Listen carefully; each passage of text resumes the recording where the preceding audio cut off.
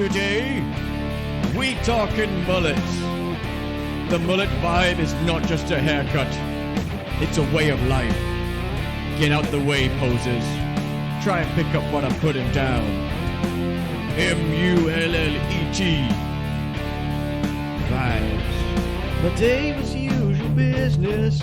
I walked with hair full of stress. Some would say that this was getting burned out.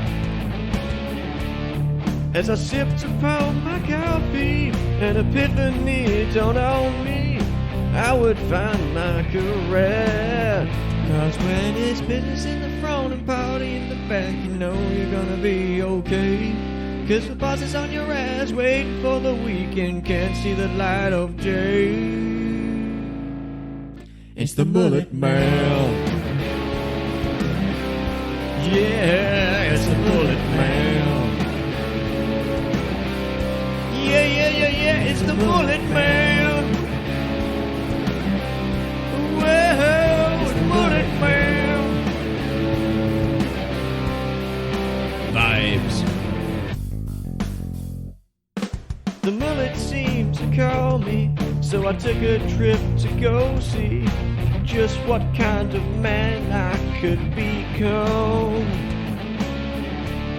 So I went into the barber, my words couldn't have hit harder, and then the deed was done. Cause when it's business in the front and party in the back, you know you're gonna be okay. Cause the boss is on your ass, waiting for the weekend, can't see the light of day. It's the Mullet Man. Yeah, it's the Mullet Man. Yeah, it's the Mullet Man. Whoa, it's the Mullet Man. Vibes. As the mullet changed me, I noticed my power growing exponentially. So I used this power for good, as I knew I should, but I still can't get a date.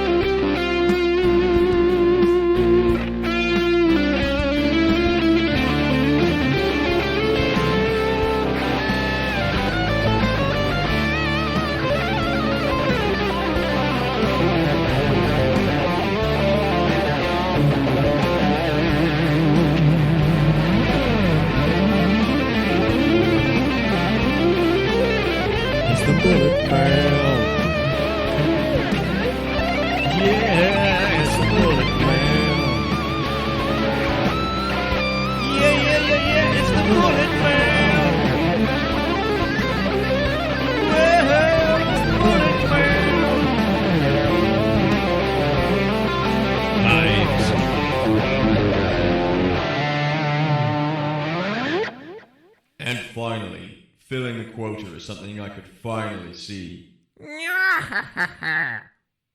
Wait, what do you mean, quota?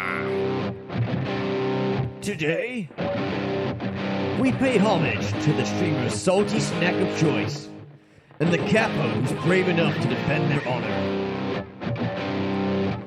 Sit back and listen for a while, friends. You're in for one hell of a salty surprise. Sometimes streaming requires a meal, but the chat won't let you enjoy your snack. Unrelenting in that mockery, you fire back with words of wisdom and attack. Shut up! Let me munch my nuts. Shut up! Let me munch my nuts. Shut up! Let me munch my nuts. Yeah! sodium's getting high, and vitamin B12. You're getting nourishment from the nuts variety that you delve.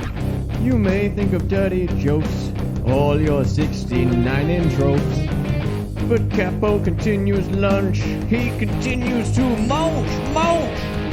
You didn't turn your back on them, although they're making your mouth dry. You'll never go hungry again until your death counts 60 high.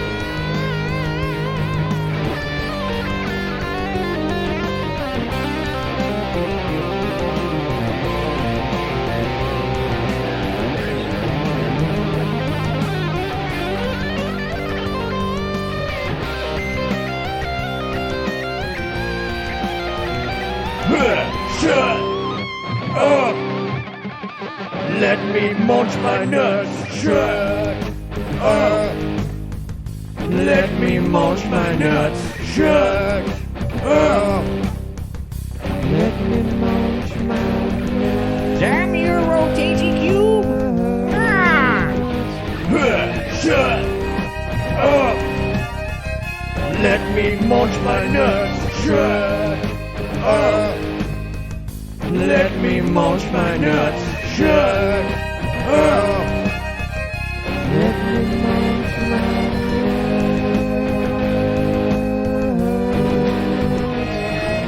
Shut up! Let me munch my nuts. Shut up! Let me munch my nuts. Yeah! That was a fucking jam! Hey, you! Can't handle the heat? Well, neither can I. This is my story.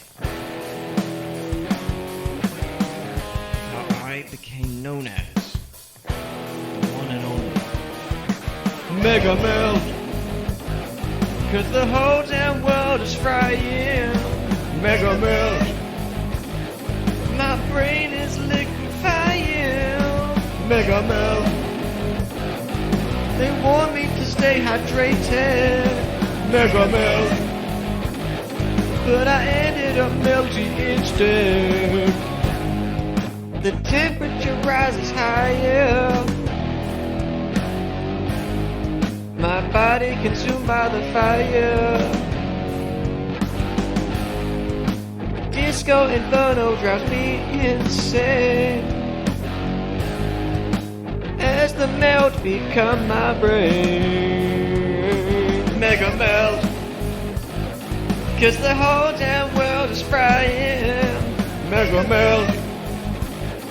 My brain is liquefying. Mega Melt. They want me to stay hydrated. Mega Melt. But I ended up melting instead. My fan does not have any AC. Why you blow hotter on me? Capo seems to be chill AF. How the hell is he not in distress?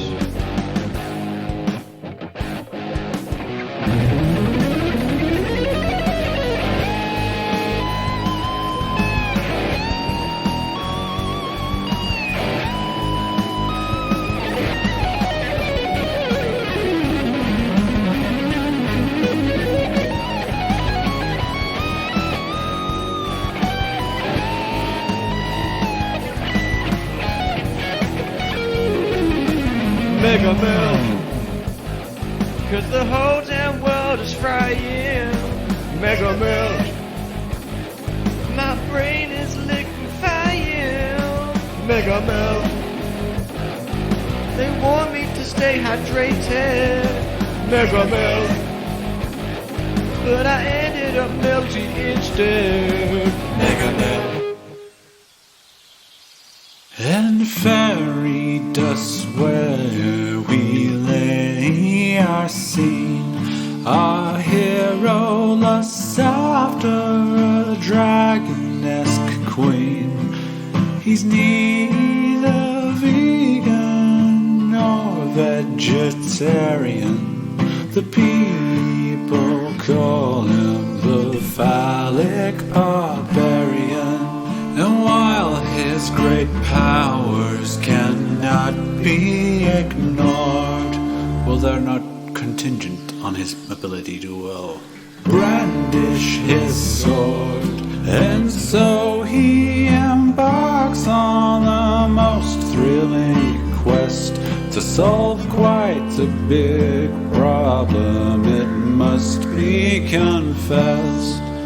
But that's not all as it seems. In fact, it's beyond his wildest dreams. He expects to be met with a cure for his dick, but lo and behold, he finds out it's a trick. In the mountains, our hero is far from lonely. In fact, he's crossed paths with the one and only Love Guru.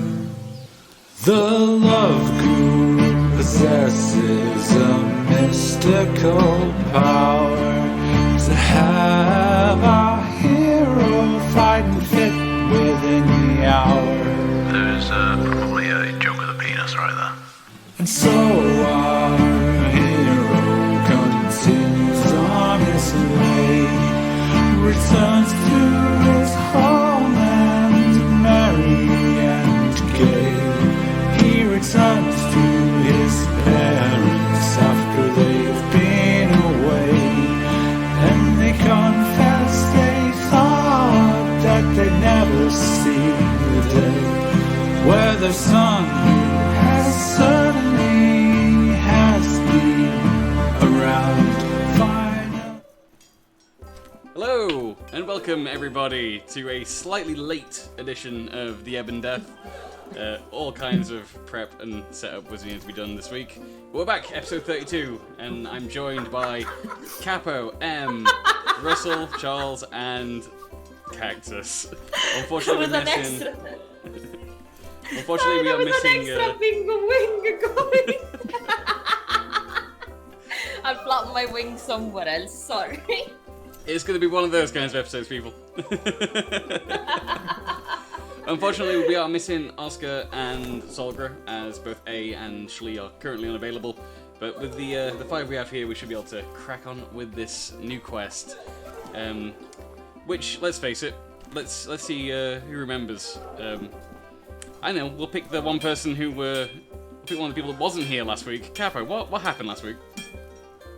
Right, so we started with 2 to 3 hours of just absolute nonsense and bollocks. There was some fried chicken and fried berries for way too long. There was more things like that. But then fast forward to a bit further on, where the party meets up with Jorn again after all the shenanigans that happened in Kara in the beach episodes. Or I suppose re-meets with Jorn, because he was there as well. Where Jorn does a big reveal, where he reveals that his late wife, and I forget her name, was actually a semi-fiend, like half-fiend? An Alu Fiend. Alu Fiend. I don't actually know what that is, but like a devilish type. His lady friend. His lady friend, yes. For those His that know late D&D lady lore, friends. and it probably won't be a big spoiler at this point considering you know about Vetus, but an Alu Fiend's like one step removed from a tiefling. The offspring of an Alu Fiend is a tiefling. Yeah. That would make sense. There you go. And he revealed to the party that his wife, his late wife, the Alu Fiend, has died by the hand of Redite. Not so, it was by the hand of... Charles, you shook your head, you know, don't you? Yes, it was by Damaris. The reason why he's got a grudge against Redite is because Redite did not let him call in that favor because of the fact that she was an Alu Fiend. And then that's what caused That's of course drawn to swore vengeance against Redite because of the fact that that he is not allowing him that chance. So he wishes to rise to godhood to revive her and to live in eternity and happiness and all that good stuff. But in order to do that, he needs to earn the right to do so, and by doing that, he's going to kill a god. Not Redite though, because he can't challenge Redite physically. He needs to earn the right to that. So he is going to kill our man's idol, and then and then with that being a heroic act, or hopefully heroic enough act, he'll get the chance to challenge Redite in one-on-one combat to then ascend to godhood himself. Not so eloquently put, but factually correct. John wants to be a god. That was going on. I'm still so confused. I All right, so right, So at the end of the last episode, you found out that Varamal, John's late wife, was killed by the hands of Damaris, the warlock that you have fought against alongside Solgra, and in his attempt to bring her back to the mortal plane, or at least, at the very least, take her out of Avernus and the Nine Hells, he asked a favour of Redite, whom owed him one, and Redite refused. And now John, with righteous fury, wishes to challenge any god, but currently, very specifically Redite, in order to gain the power he needs for his sort of happy eternity in whatever realm he ends up in after his death. To that end, he hired the Sneven to kill Idal and put an end to this prophecy as one more of his accomplishments. And to that end, Vitus, at the end of, well, in the middle of the last session, gave the Sneven an idea of where maybe an ancient artifact lay hidden that might be the very key to defeating Idal. That artifact, for those of you not here last week, was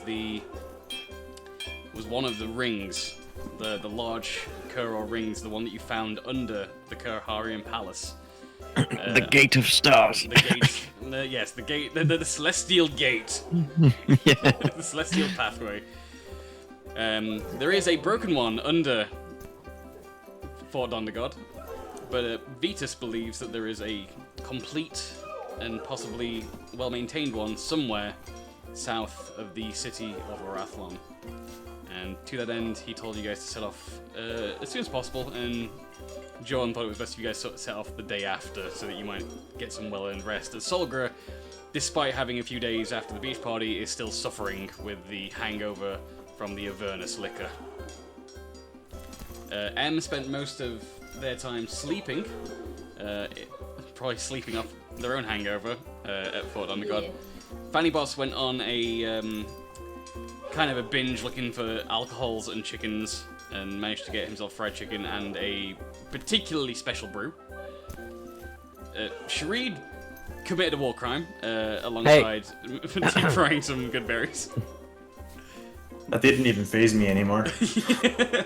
What did you do? What did you do? I resent the definition of war crime here.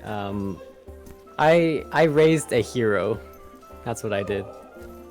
Oh yeah, you. I fostered the next generation of Pathfinders. Okay, so that translates into he made Kentucky Fried Berry by taking 70 or 80 spices and combining them all, and as a result, he fed one to Gershor as a test, and it set Gershor. Red. It set Gershor on fire first of all to make him all red. And then he decided to then go up to an impressionable new recruit and say, "Do you want to take up the The Solgra challenge. Yeah, the Solgra challenge, and then feed him one of the same berries." And this man did not take it too well. He survived, and he will be a hero. First he was on fire, and then Shareed chose to use a frost spell, which then made him very cold immediately, and as the laws of thermodynamics will tell you, that's bad. Like, double bad than just being burnt. And he's now in the infirmary at Fort Dundergod with a note alongside saying what, Shareed? What did it say? It's something. You know, you pass a test. You're the chosen one. you got the stuff, kid. Why do you have to be such a twat? Like, come on! This is plot. We have just gained ourselves like a level 15 ally in the future. And of course, Gershaw was red for a while, still red now. You guys, you and Oscar both shared a big breakfast with John, and spent most of your time idling away in Fort Dundergod, just having a bit of a chill time and relaxing because you guys have earned it. And Caporius, you were nowhere to be seen. I'm not actually here. Oh. Bye. But now it is the following morning at Fort Dundergod. Early morning, the sun is rising, and the supplies that you will be taking with you, and the horses and carriages and everything else are all start to be saddled up, prepared, and then brought out for you. Those of you that have risen at this hour, which even if you didn't want to, you have been forcefully awoken by various staff members at Fort Dundergod and sort of shuffled into the Grand Hall alongside John, as you see him looking a lot more chipper than he was the night before. Apparently, ale makes him more chipper, as you probably guessed, and maybe he's still drunk. That might be what it is. But he gives you all a big grin and says to you, Are you prepared to head out then? I'll take your silence as a resounding yes that you are prepared for this epic adventure into Arathon. I imagine it shouldn't be too difficult. It's Arathon and the entire kingdom of Oraven has been at peace for over a century now. I doubt there are very many creatures or bandits or various things in the woods that could pose a problem at all to you at this point. So I imagine it should be a fairly simple, cut and dry, get there, get back sort of deal. So it won't take you too long. Yeah, well, let's go. I quickly inspect behind Jorn for a minute to see if he's holding any flags, because I sense a lot of them being raised. You do and then I notice. go back to the party. You do notice at the very back of the Grand Hall, an article that wasn't there the night before. There is now a crimson flag, more of a banner, sort of just, hanging down from the ceiling behind the throne. I nod my head very birdly, and return to the party. As the as the six of you gather your things together and make your way down the hallway towards the large entrance door of Fort Dundergod, just for a moment, everything outside appears far too bright, and a looming shadow appears before you. You can't quite make out the features at this point. It's just that part of your peripheral where it's too light outside and just too dark on the inside that you can't quite focus. And this creature appears to tower before the door. Huge horns and scaly body. It, for a moment, terrifies you. And Is Vitus up? Vitus is not here. No. And stepping in from the light into the hallway, as your eyes adjust, it is none other than Caporius Carolon.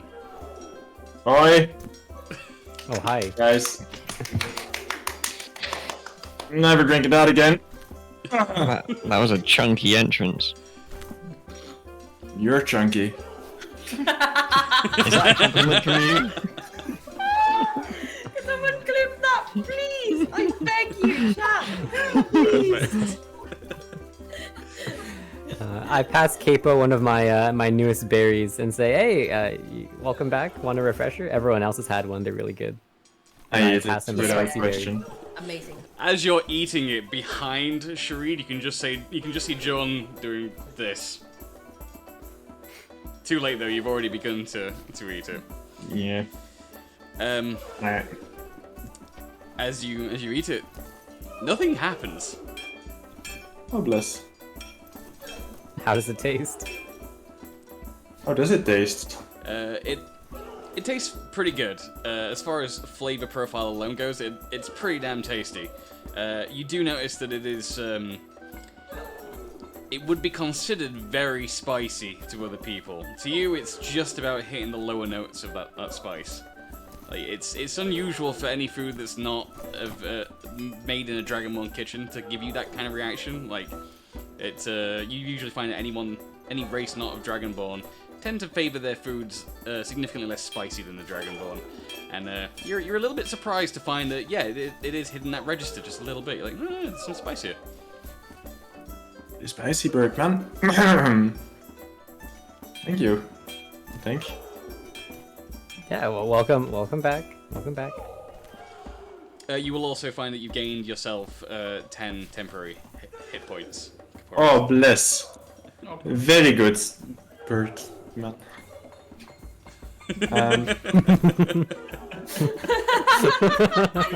Hey, what you can take from this is all the right things are in there to make a more powerful berry, but there's many more things in there that are not conducive to human consumption. So why are you red, Gershaw? You look suspiciously red. I ate one of those berries. Oh, Not everyone I can guess handle I'm the red heat. because I'm kind of red too. I thought you were just Get letting the sun a bit too long.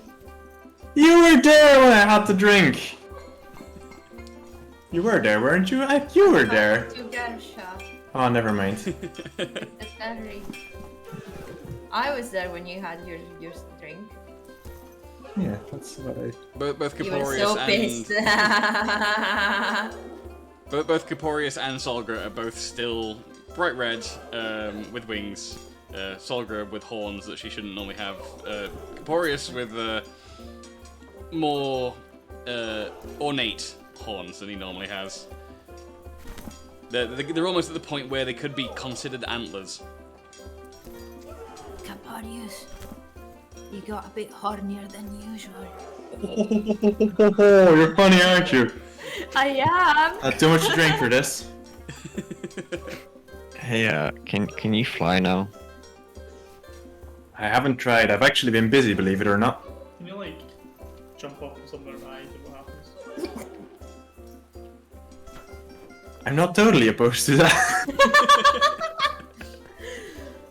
Can we have Sharit to go as well, just in case, because Sharit can actually fly? Sharit would not be able to carry Caporius though. Oh. I mean, maybe because Sharid can teach him. He taught me. And I see. I'm getting there. Mhm. I start flying and look at Caporius and say, like this. Can I control the muscles in the wings? Is there muscles in however it works? Can I control them at all? You can try. Okay, I want to flail about like an idiot, just going. But with the backsides, that is. What do you mean? Like the Roll an acrobatics check for me.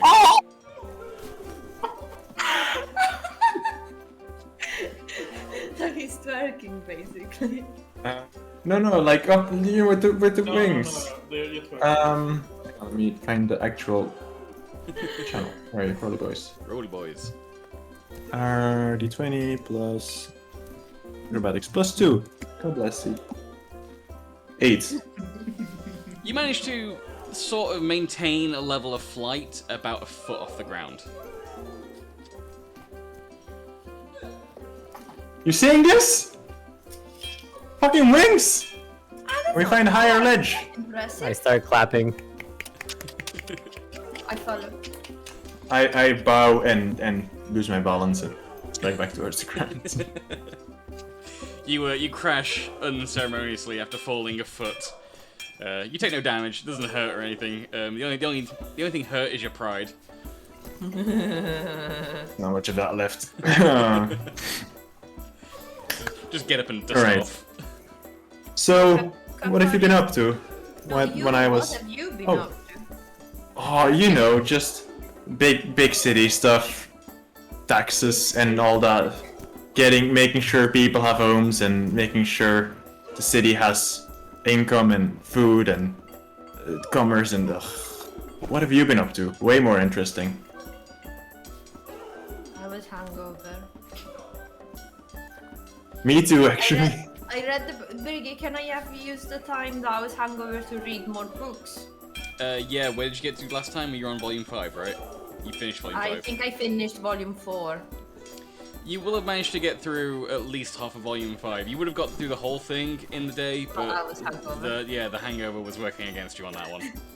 Sounds like me trying to read Philip Roth, and I'm like, yeah. No, wait, what? If anyone had entered your chambers yesterday, throughout that entire day, it would have been a 50-50 split between seeing you reading the book and seeing you just sort of like bent over the bed with the book sort of on the side going, oh. I love that.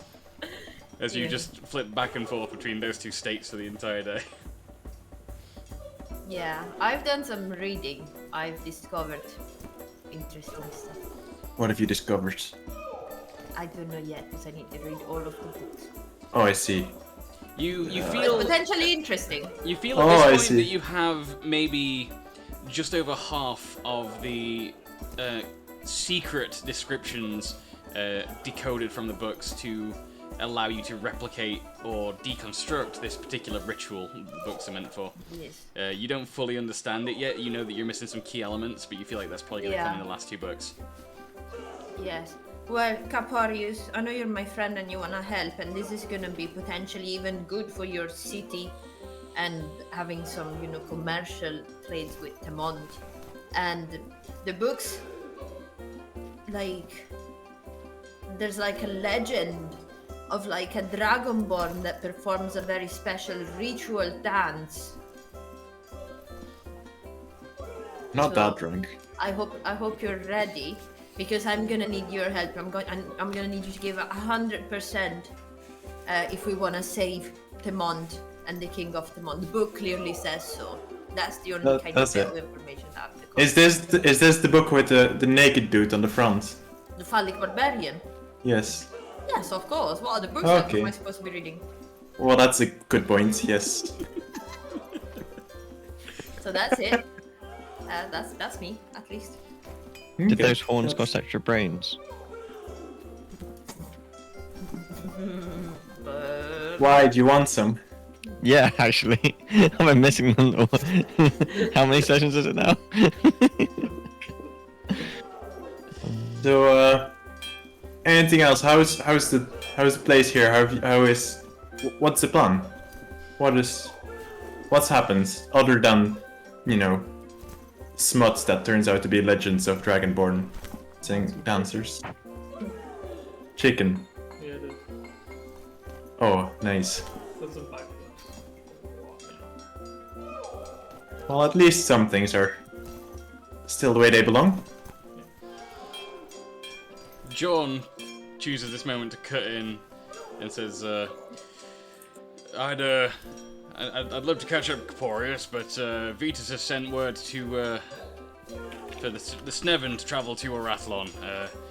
I'm sure the rest will catch up on the way, but there's an artifact that we could really use for dealing with Idal right now.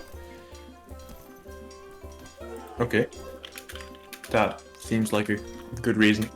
When are we leaving? Now. Okay. And as if on cue, you hear a guard shouting from out front of Fort Donnegard, relaying the message that the carriages are ready. Let's go. Where's our ponies? Are you asking that out of character or in character? Out, because in character I would know. I just had this thought. Aren't they back over on the other isle? They're with your daggers, I believe. They are over on the other continent. They are still in Goodton. Yeah. They are being cared for. Goodton. Oh yeah. That's the last place you were at in the other continent before you were teleported. Yeah. They are currently in the care of Ashdieback and his monks. Did I leave my daggers on my pony? Don't know. Oh, why do you have to bring it up? At least the pony can defend itself. He's like, okay, yeah, sorry. Good to go. So, Character, I know where they are. so as you, as the Sneven head out into the courtyard of Fort Dondergaard, you find that the same carriage that you took before heading to Kerhar has been prepared for you, the nice one, along with some horses, and Solgra decides that she's going to use her own horse that is still here at Fort Dondergaard. The rest of you are free to disperse yourselves amongst the carriage as you please. Is there room on top? There is room on top. I want to take room on top. You find because it's a very luxurious carriage, it's quite spacious both inside and out, so there's a nice amount of floor space, as it were, on the roof of the carriage. You can just kind of like spread out on top of it. Okay, well I'm just gonna chill there with Luke, who is still with me. Of course, Where's as the party have been chatting to you, Luke has just kind of been like hanging off of various appendages, sort of scattered around you, and like finding a new place to sit. You'll find now that you're on top of the carriage, he's just kind of like sat on your right on top of your head, just gnawing at your horns. Well, that's yeah, okay. I much in there witnessed anyway. this from my window seat, and I'm like, "Hey, little buddy, you look hungry." I hold on to him. And I sneakily just like pass up one of the spicy berries. No, I stop that. I intercept. You will not poison my child. I put it back in the spicy pouch. So Gershon, I assume that you're driving, as you tend to do that with carriages. Yep, I'm already there. Like it doesn't have to be mentioned. And I It's assume that implied. Panagos and Em are inside the carriage. Yes. With Sharid. I would like to keep reading and maybe have a smoke every now and then if the guys don't mind. And I'm just going to assume that Oscar would sit on top of the carriage alongside Caporius as he sort of just plays various bits and pieces of music and chills out. So the Sneven set off and leave Fort Dondergaard, heading southward on the main road. It'll take some time to get to Arathlon, and the first place that you know is along the way is the village of Flaverton. There is a road that goes around Flaverton that sort of skirts the edge of the village, and that's how you managed to make it towards Kerhar last time.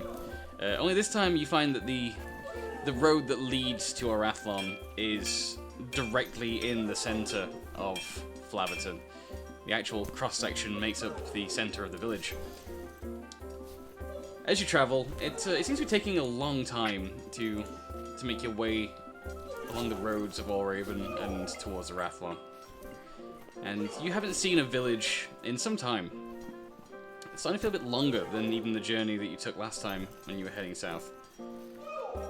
And strangely enough, despite setting off in the relatively early hours of the morning, the sun is already setting. Did we get lost? You've been following the same road south the entire time. Or at least Gershol would definitely think that. Yeah.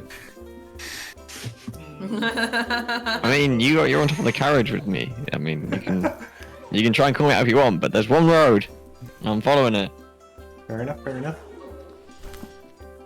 After another half an hour to an hour's worth of travel or so, you start to lose track exactly of how long you've been traveling. And eventually, each and every one of you feels a strange tingling sensation just for a second, sort of resonating throughout your entire body. And you realize as you look up at the sky that the sky is dark, pitch black, not even stars, just a blanket of the void. And you see the first few buildings appear as you enter what you think is the town of Flaverton. Guys, does this feel familiar? Yes, it's like when we got to the other place that time. Right? Yeah. First, let's put on the west continent. I forget the name now. It was a Quick, beach. everyone And it hold a wasn't safety chunky. berry, and I pass everyone a spicy berry. No. I would like to throw the Spacey Berry back at Shadeed's face. Shareed, have you actually ate a spicy berry? You know, like a safety berry? I don't think you have. Yeah, I mean, birds don't really taste spicy, so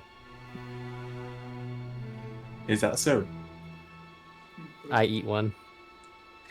As you're having this conversation, the horses, just without any assistance from Gershon whatsoever, begin to slow down from a gallop to a canter and slowly begin trotting through the village. Shareed, you will need to roll a Constitution saving throw for me regarding the berry. I would like to just look around the 13. town. What else is going on? Alright, so Shareed, you are gonna end up on fire for a short amount of time. The flames will extinguish rather quickly, but you will take 16 points of fire damage. My mouth is fine, but my body is suffering. You also find that your plumage is now red, accented with a darker, deeper red. I am the phoenix. Hey, we're matching, dude. Yeah, if we keep going like this, we might be due a rebrand soon. The redden. The red Sneven. As you enter the village now, the horses slow down, you see that there's a lot of empty streets, not a lot of people to be seen. The buildings all seem to be decorated and picturesque, but with a very gothic vibe to it. You can hear crows and ravens echoing throughout the streets, and you can see that some of the buildings, as you pass closer to them, what appears to be a very well-maintained and picturesque, like, sort of outside of each building, at least half of the ones you pass, on closer inspection, appear to be crumbling and decrepit, and any peering through windows will reveal an inside to a building that is in complete disrepair, floorboards broken, roof tiles fallen, mold. What happened here? The stench of sulfur occasionally drifts through the air, and you catch it every once in a while. At first, it's taken as a joke by Gershaw and the others, and you assume someone let one rip. And then, after 5 minutes of this constant back and forth, it begins to dawn on the entire party that this is something environmental. Okay. You see at the furthest end of the street you're on is what looks like a tavern with lights on inside. Can I cast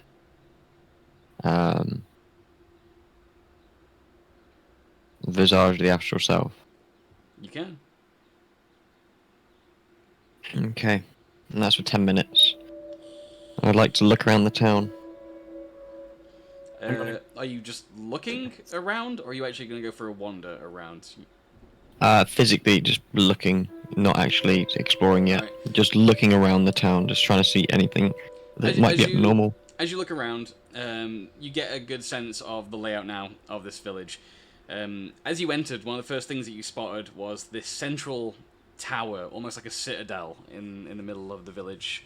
The spire rising high into the sky, getting much thinner and tapered as it goes up. And you can see lights on. Looks like candlelight flickering or some sort of fire on the inside. This structure is surrounded by a large wrought iron fence, about 20 feet tall at every point. Other than that, it's mostly various houses. Some look like businesses, some look like residential houses. Some of them are in disrepair and crumbling. Some of them aren't. Some of them are actually completely fine. And alongside that, you also spot to the southernmost end of Flaverton a large stone church. Itself also surrounded by pitch black wrought iron fences. And in the center, the crossroads, the T section of this village, the road leading out towards Arathlon, there is on that corner a tavern, which you can confirm is in fact a tavern from the looks of things.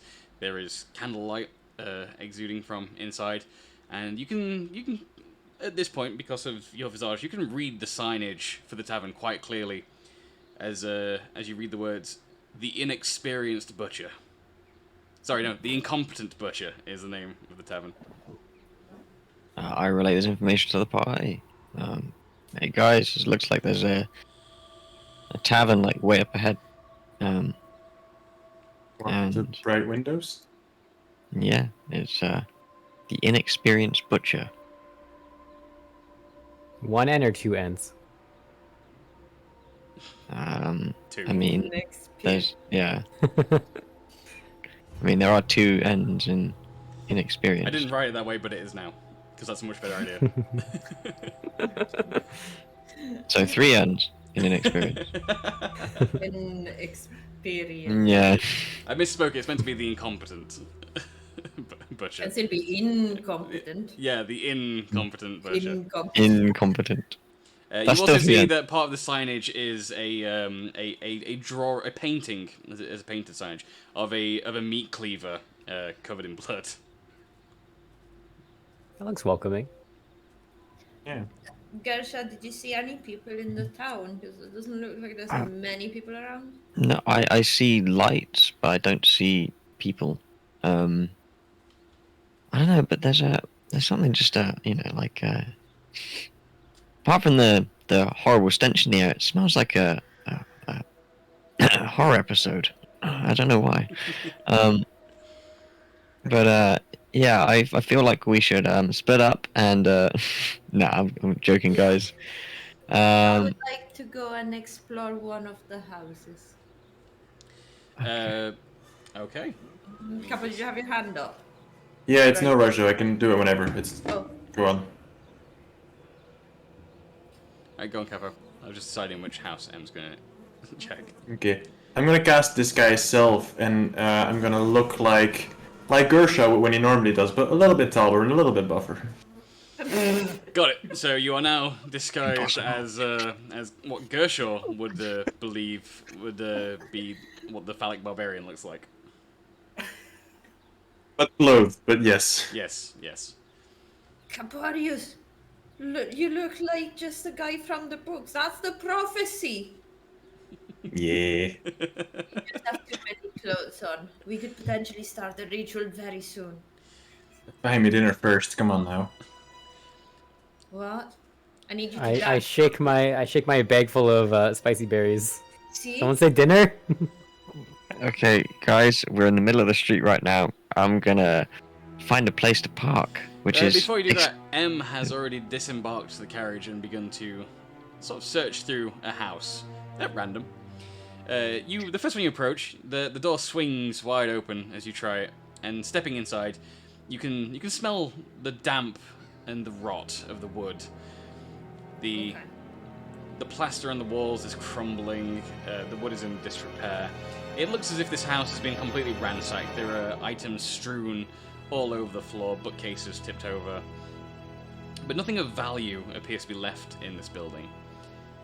Checking upstairs, as you walk upstairs, it creaks, and you find yourself uncomfortable with the environment in this house, but nothing seems amiss to you. It looks just like it's an abandoned house. If anything, you're struck with some confusion, as what is a completely normal abandoned house by any other stretch, it doesn't usually exist next to inhabited, well-kept houses. Especially in this row of terrace houses that you've decided to sort of investigate. You hear from next door the sounds of living, of people going about their lives. Just the regular noises of people walking about, shuffling, cooking, doing whatever they'd normally do at home. You can hear that to the house that is to the left of the one that you're currently in. But to the house that's to the right of you, you hear nothing, dead silence.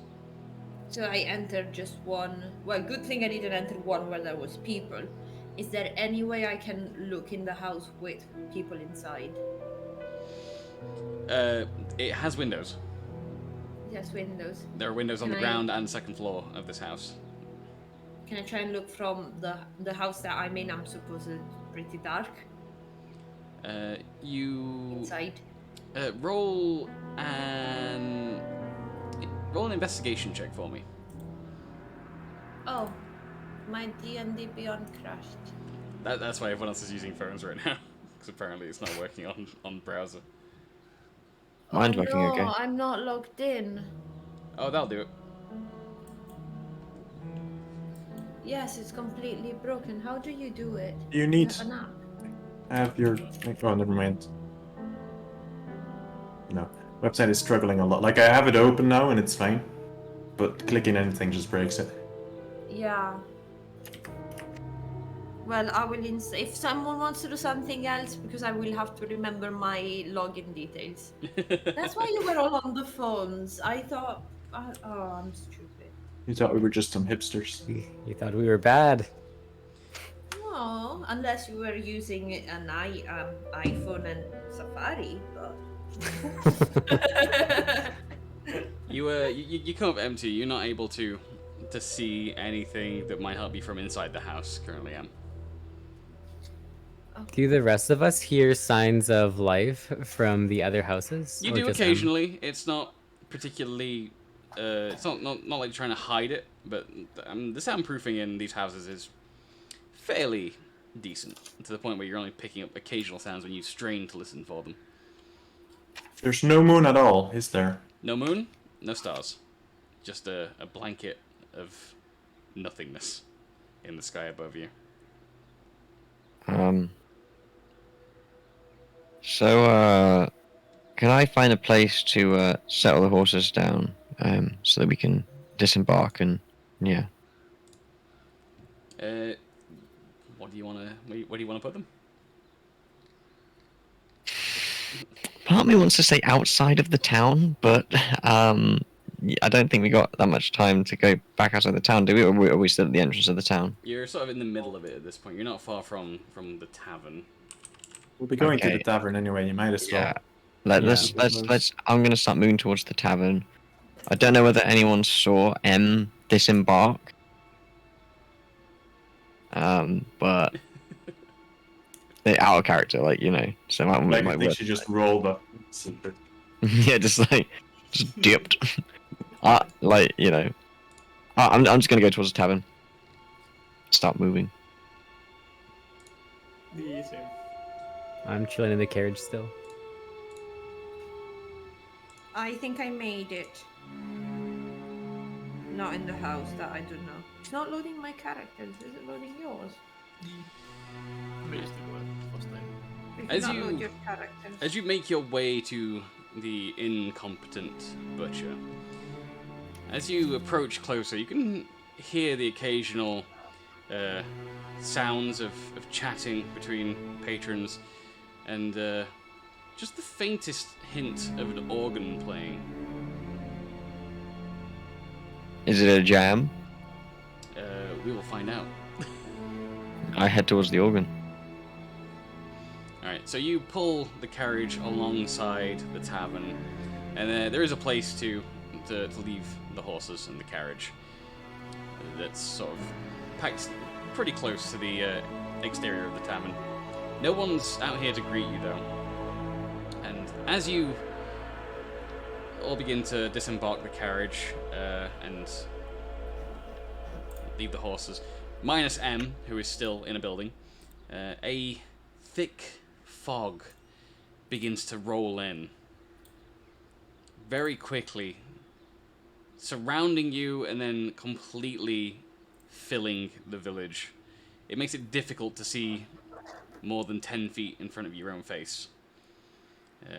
Luckily, you can still make out the lights of the tavern. Probably head inside. Whatever this is. Rather not be out here while this takes place. All And right. hide away for a bit. So the six of you head into the tavern. M, what are you up to? Attempting to roll an investigation check, but character is not loading on the app as well. It just says impossible to load. We couldn't load it. I'll see whether I can access it through mine because mine's loading. Oh, On look, the I phone. can't actually see. Can you see your character if you go to campaign? Yeah, I got it. You're invest. Oh no, Here, so I mean, Hmm. it's can you dead. roll it's dead.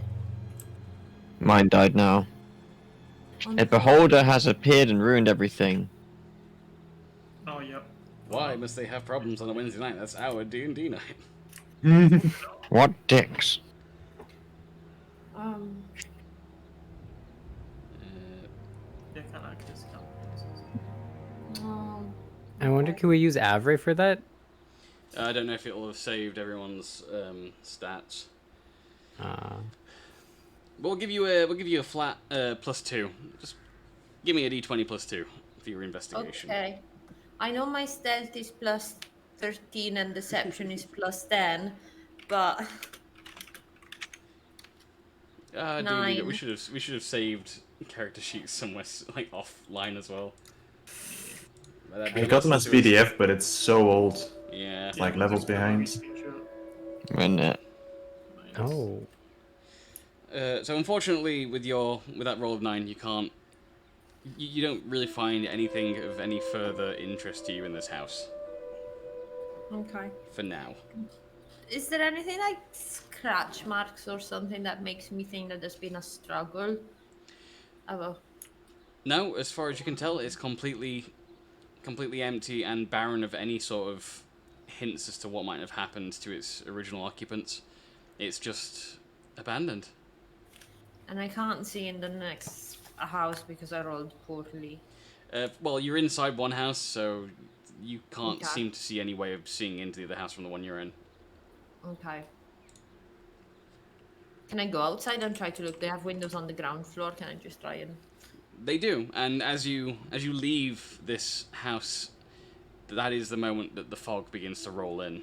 You can see it's rolling in very quickly from outside of town, spreading inward, and if you look to your left, you can see southward, the party have sort of hitched the carriage and disembarking next to the tavern.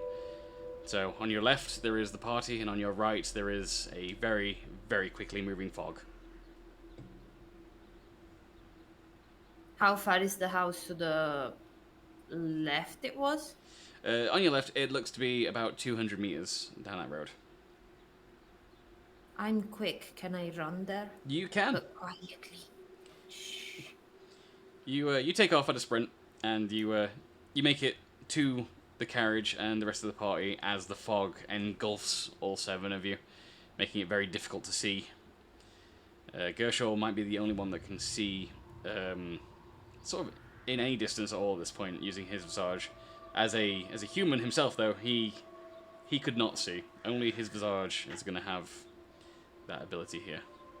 Yeah, I'm just gonna keep my eye out then, because it's a bit like fog always makes me a bit anxious anyway. Well, the 7 of you stood outside of the tavern. I believe you were going to head in. Yeah. I want everyone else to head in before I do. How brave. Well, more because I'm the only one who can freaking see.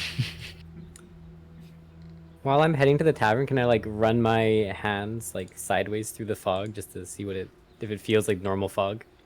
It feels as much as it can like normal fog. Whatever normal fog feels like. Moist. And It feels I have moist.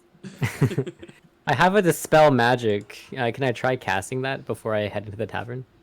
You attempt to cast Dispel Magic and notice nothing happens. Actually, read out Dispel Magic to me just in case there's anything I need to...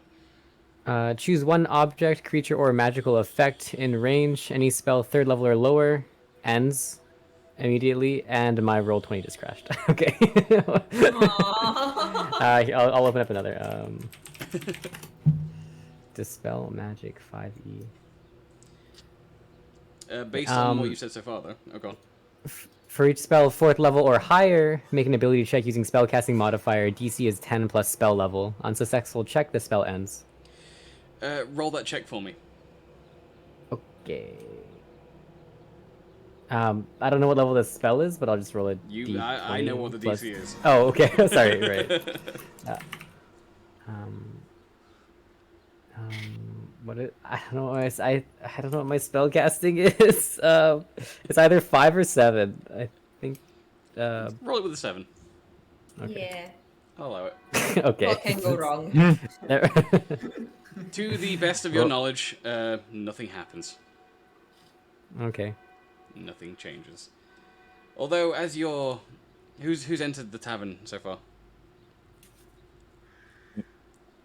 So it's gonna be M, Shreed, and Gershaw that still stood outside. Okay.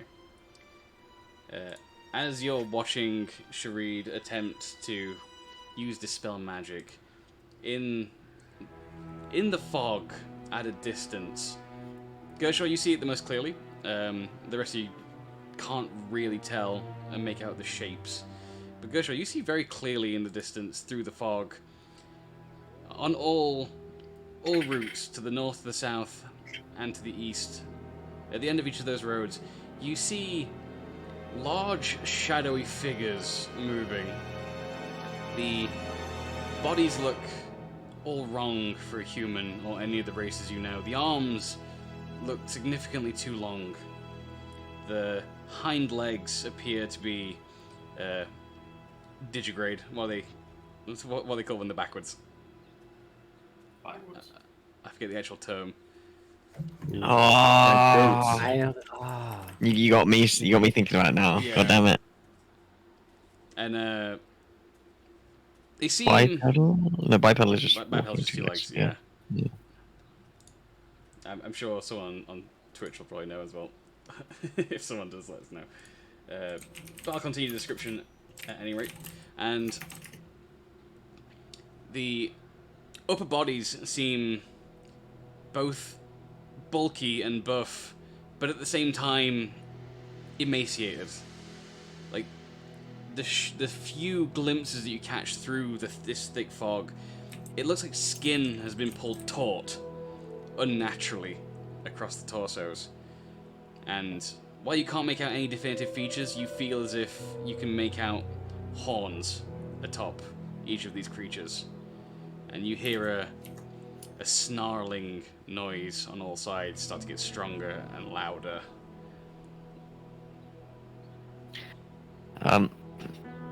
It's apparently digitigrade. Digitigrade, that's it, thank you.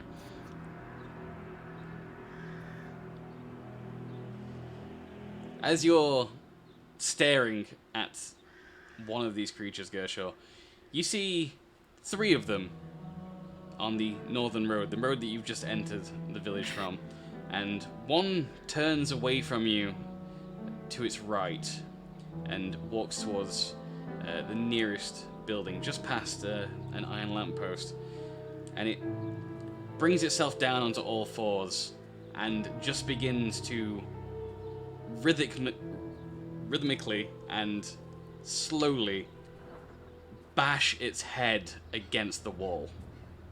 Just thud, thud, and you hear crumbling of mortar. And the growling gets stronger. As terrifying as this is, what I'm thinking is whenever the thud happens, just before it, I'm just going, and then a thud.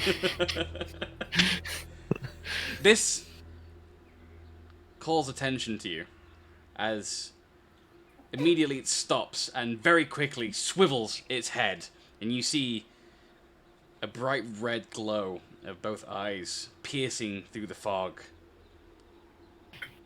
I say this very, very quietly. Guys,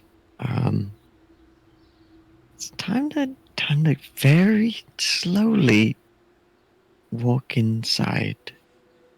Like, you run guys to the tavern as fast as possible. you fucking asshole.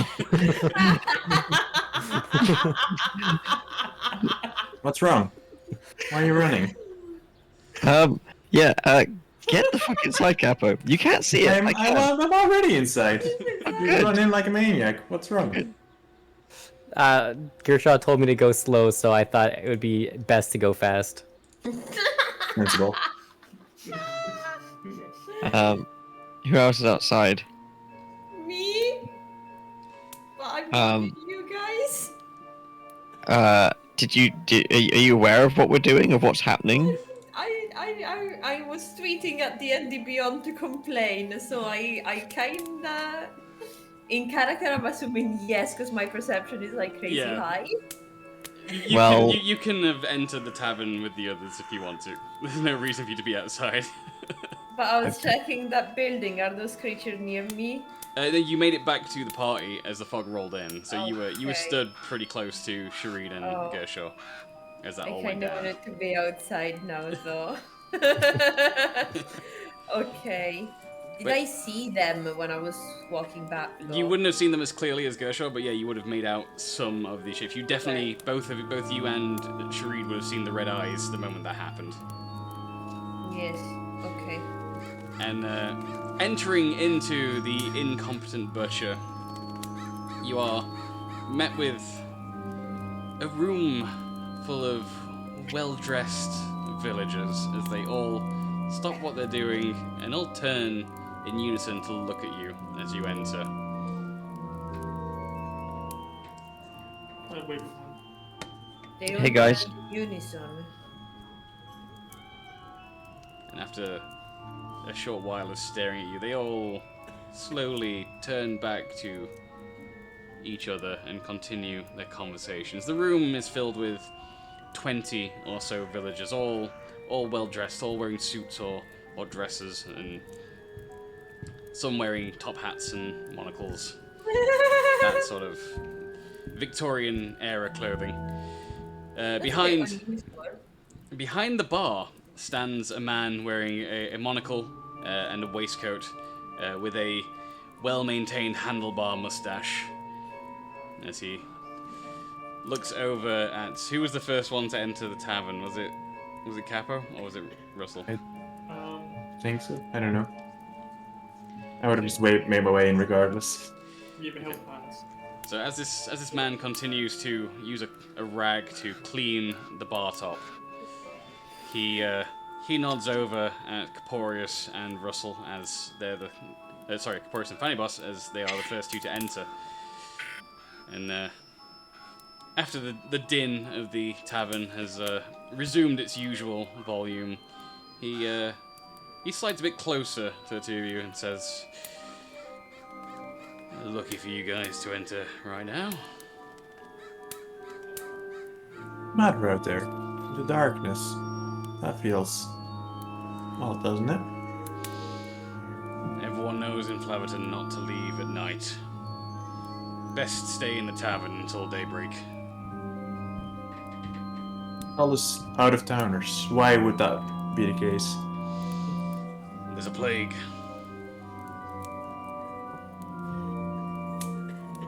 Okay. And does this plague, like, what's the deal with it? It's just the plague. You don't want But to you find said yourself outdoors after sundown. When did this start? It always was. It's the plague. What happens I know, if you're caught unaware by the plague? You die. Just that? And that's how the plague works. It's the plague. I've seen some plagues in my life. They don't normally make your eyes glow bright red. No, that'd be the plague. The plague, not just any plague. No, the plague. Both caps? If you want. So what you're saying is that it's not a plague, but it's the plague. That's what I said. Okay. So it's not an infection, it's more of those things are gonna kill you. Nah, the specifics would be, that'd be something you want to speak to the Count about. If you could speak to the Count. The Count? The Count knows about the plague. Where's the Count? The Count would be in his citadel. You see that big tower, center of the village when you entered? That's the Count's house. And who's the Count? Count Fieri.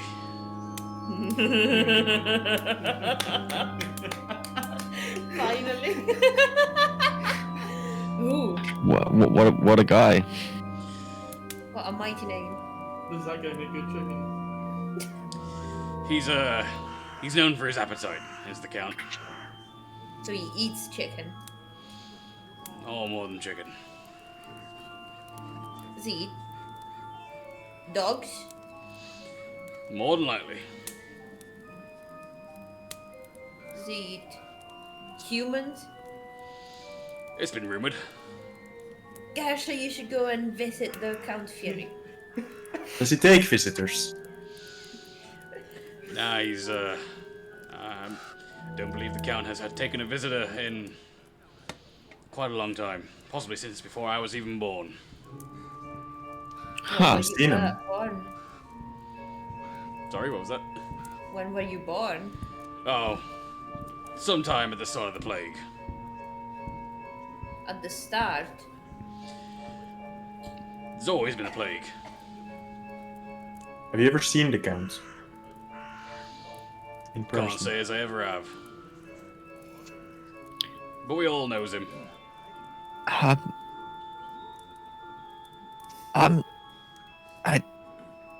I just need to know. How do you style your mustache like that? That'd be a Flabberton secret. There's a lot of those going around. But for the right price, this is a secret maybe I can part with. Fancy Yeah. yourself a mustache aficionado there, young man. I mean, I don't have one, but I can always aspire and dream. Of course, that is the dream. Over the course of the evening and however long we're here, keep ever so slightly disguising myself to rapidly grow a mustache so that by the time we're done with this quest, I have a full handlebar mustache while looking like Charles. I mean, like Gersha. And the barman turns to Corporius, and he's taken aback for a moment. He says, "That is a fine-looking mustache there, sir." Thank you. And he also twirls his mustache to you. Quite. Mr. Barman, Yes.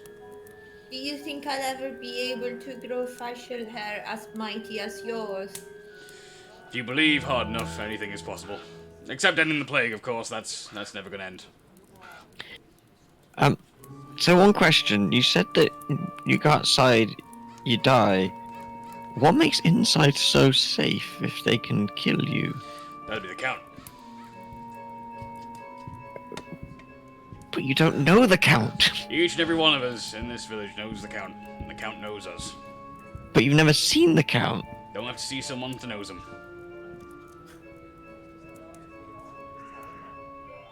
Have you ever left the village in your life? No one leaves the village. There's nothing outside the village.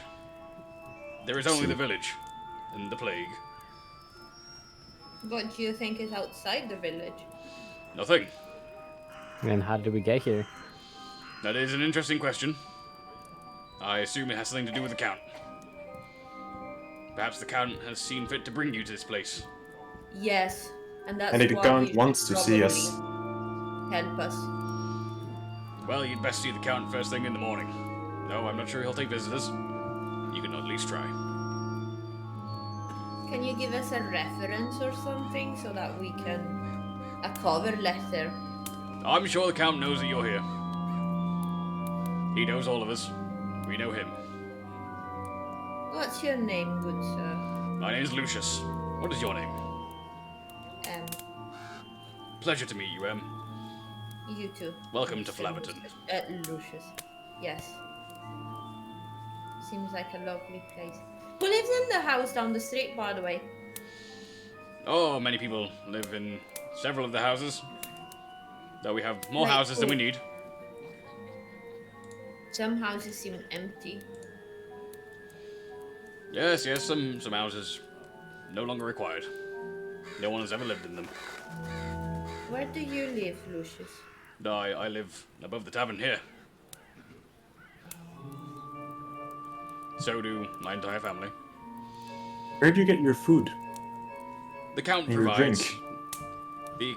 The Count, he delivers the food to us on a regular basis at the church just to the south. How did the end get its name? Sorry, what was that, Russell? How did the end get its name? Well, you see, there are tales from years back that on this very spot right here, and he points to a spot on the bar. This very spot right here, the village butcher at the time, being incompetent as he was, took the life of a young girl and served it to the Count. The Count was not expecting this, though he seemed not to protest, and he earned himself the name the Incompetent Butcher. Incompetent because apparently it took a full 8 hours to actually kill the girl. A grisly tale, but one of our most popular tales of our village.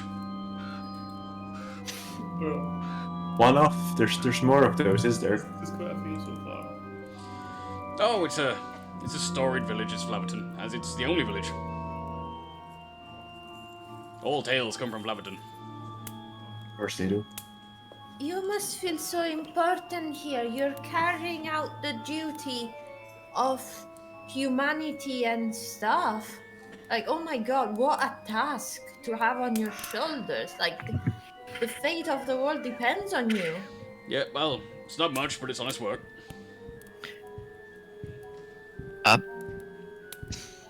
So, how do you explain us then? Well, I and the others assume probably something to do with the Count. The Count works in mysterious ways, does Count Fieri. So, what if we told you there's more than this town that exists in the world? I'd say you'd have to be drunk or a liar to assume that yeah, that's anything very exists silly beyond now. the village. Okay. There's only the plague. Would you be able to rest us until the morning? Or to not rest I'm us, to... Sure we can, though you will have to speak with the Houses. council first. Council? So there's a count and a council. There is a council of 5 that manages the village in the count's stead. The count cannot be expected to manage everything in the village. Our daily lives are of no import to the count, and so the council sees to us. How many in the village? 200.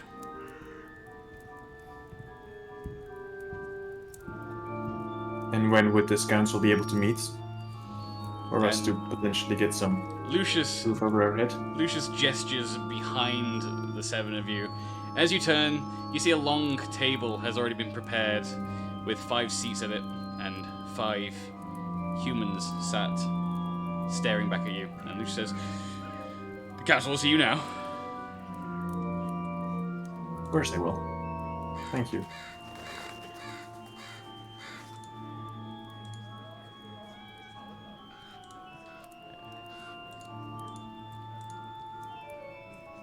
Go on. I'm just waving Were at you the just council. waving at each other? Yeah, at the at the council. Is there any seats for us? Should we take seats? Do we keep standing? There are no seats, so I was literally changing my notes to another page for the names.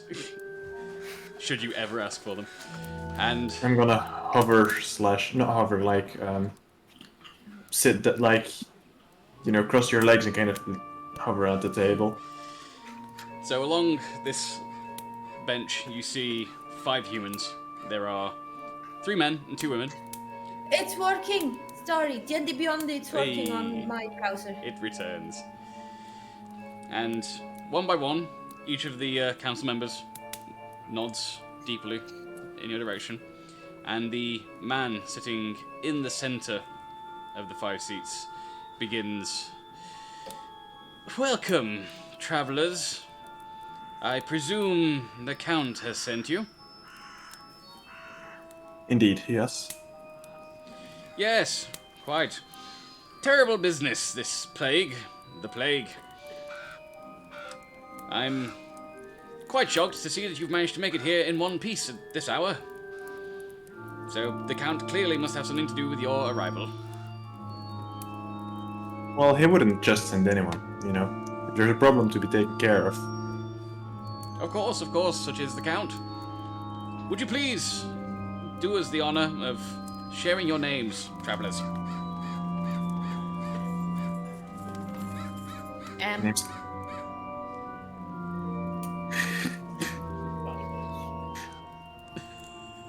Sorry, he's got to practice. Watching practice doing the charade.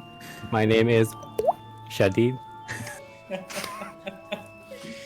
A pleasure to meet you, Sharid. You appear to be in the form of a bird. That An would be interesting correct. creature. Are you perhaps sent from the heavens? Yes. I have been sent by the Count to bless this holy place with cuisine. Seems very much something the Count would do. The Count is very, very interested in cuisine and has such an appetite. Not even an appetite that we can sate. If you should, you must find your way to our church to the south. It is the Church of the Glutton. I feel you will enjoy your time there.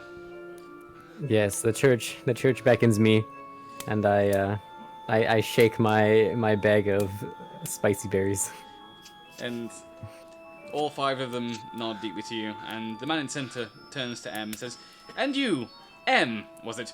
What manner of creature are you?" What kind of question is that, sir? Well, you stand at a different stature, your ears look different. We presume you to be some form of demigod. Would we be correct in that assumption? Very. Quite, as the Count has sent you to us. We presume you are here to bless the lands and attempt to rid us of the plague. Very holy. I've been in charge by the goddess Lyra to come here Ah, yes, the goddess of joy. and help you. Yes, We had heard she enjoy died. person myself. She what? We had heard that she had died. We had heard that all of the old gods had passed away. There is All only the of them? Count. Correct, yes. Surely Oh my you would know this as a demigod, that only the Count exists now. Not even. How about Redite I'm sorry, I've never heard that name before. or Legion? I'm sorry, I've never heard that name before either. Oh, the toilet guy who fixes your toilet. Who do you pray to? If not to the toilet guy. You mean Merle? Was it Udos? It's the god of the dwarves. I've never heard of an Uthos, but he who cleans our toilets is Merle. And I'm sure Meryl is doing a very good job, but he would do even better. if You I see a did hand not. from in the back of the bar, right at the back, just waving in the back. Saying, "I'm doing fine, thanks." Hi, Meryl. Hello.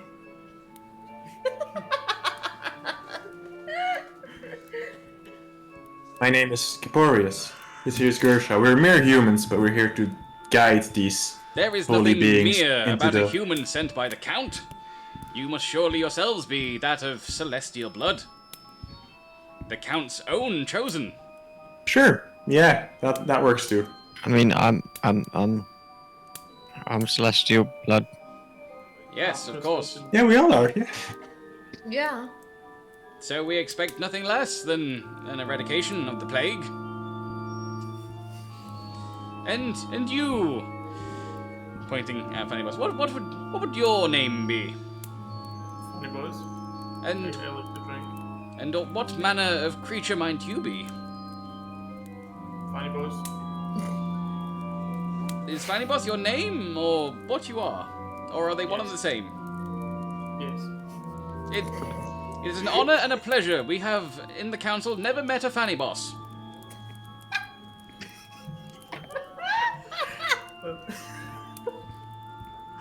First time for everything. And what is it about you that makes you special, sir? Funny boys. Right, we have no frame of reference, but we will rest assured that the Fanny Boss is a very special thing indeed. Just I'm gonna need lots of cheese and ale. Well, you will find plenty of both cheese and ale within this tavern, though our supplies dwindle. Okay. That's good. I'm happy. And they quiz Solgra and Oscar alongside you. And after discussing back and forth more about the Count and exchanging pleasantries with you, the 5 council members quietly whisper amongst themselves, and the man in the middle again addresses all 7 of you and says, "The council have decided unanimously that we shall harbour you and give you space for rest, and in return you will do the Count's bidding and attempt to rid us of this curse and visit the Church of the Glutton." But like now. No, not right now. Now is a bad time. Do not leave the tavern, for you will encounter the plague.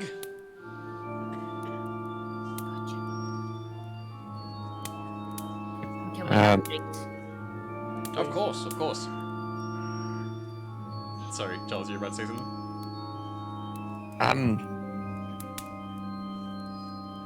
Have you guys encountered the plague? We are surrounded by the plague, though none of us have first-hand experience with the plague, as we would be dead because of the plague.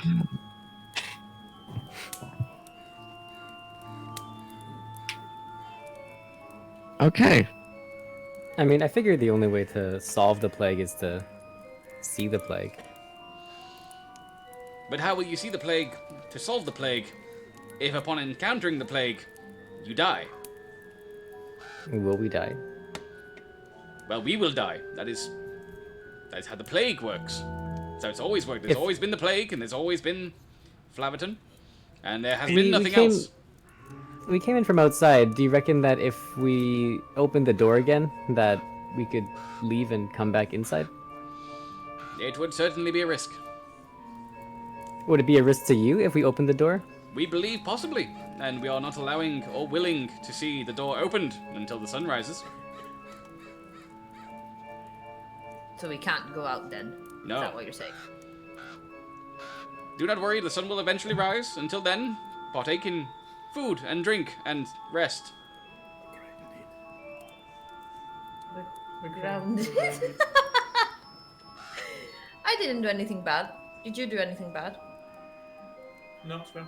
And looking back and forth amongst the council members, the man stands, followed by the other 4 standing with him, and they all in unison bow to the 7 as the man claps his hand on the desk and says, "This meeting of the council is adjourned. We will see you upon the morrow." But we're gonna be here in the tavern. Of course, and we will at some point sleep, and then there will be the rising of the sun, and it will be the morrow, and then we will see you. Will you not be sleeping in the tavern? We will sleep where we sleep. The Count provides. Is that not in the tavern? We will sleep when we sleep. When do we sleep now? Sorry. I almost said just went whenever's clever, just out of habit. We will sleep when the time comes. Like when you're dead. I should hope not. So when's the last time you slept? The night before tonight. You sleep one day, and one day you don't sleep. I sleep every night. Just the last time I slept was the night before this. Okay, so you're gonna go to sleep now. Not immediately. That would be At some point. silly. Yes. And how long will you sleep for? I wasn't expecting to get this personal into my sleep schedule, but I imagine until sunrise would be my usual. Would you like a bed, or are you more like a floor person? I'm a floor person. That Yeah, he would really be likes a his floor. first. No one in Flaverton has ever had need of sleeping on the floor. We have houses and beds and homes. I mean, I hear it's pretty good. You should try it sometime. It is very, very cool. I Very recommend good it. for your lower back. Upper back One would have shoulder. assumed that you would know more about Flabberton had the Count sent you to aid us. Well, I'm Too much sorry, information would work Mr. against us. Count Fieri didn't send us everyone's in the town sleep schedule. I believe that is one of our points on the to-do list. Then you should consult the Count, for the Count knows all. But you said the Count is busy and some stuff relies on the council, so I'm asking you, can you give us a list of everyone's sleeping schedule? That is not a job of the Council. That is not a job of anybody, really. That is a job of oneself. But the Council does not know, whereas the Count knows all. What does the council do if it doesn't provide sleep schedules? Now I'm confused. The Council manages. Barely. Sorry, what was that? Meryl? Meryl? And Mel's like, you want to know my sleep schedule? Yes, Meryl, we would love to know your sleep I schedule. haven't slept in 3 days. Why not, Meryl? Lots of toilets to clean. Oh my Someone needs goodness to help me. this. This is not good here. Meryl, go take a break now. The gods say you can take a break. Thank you. Do you guys not have a lot of vegetables in your diet, or what's going on here? If you're asking specifically about Merle, he is the custodian of the entire village. Yeah, but realistically, a man should not have to go 3 days without sleeping to clean your toilets. You clearly have a fiber problem. That's because he's been several days without doing his job. I think Every man, I could woman, go. and child within Flabberton has a set profession and job that they will do from the day they are born to the day that the plague takes them.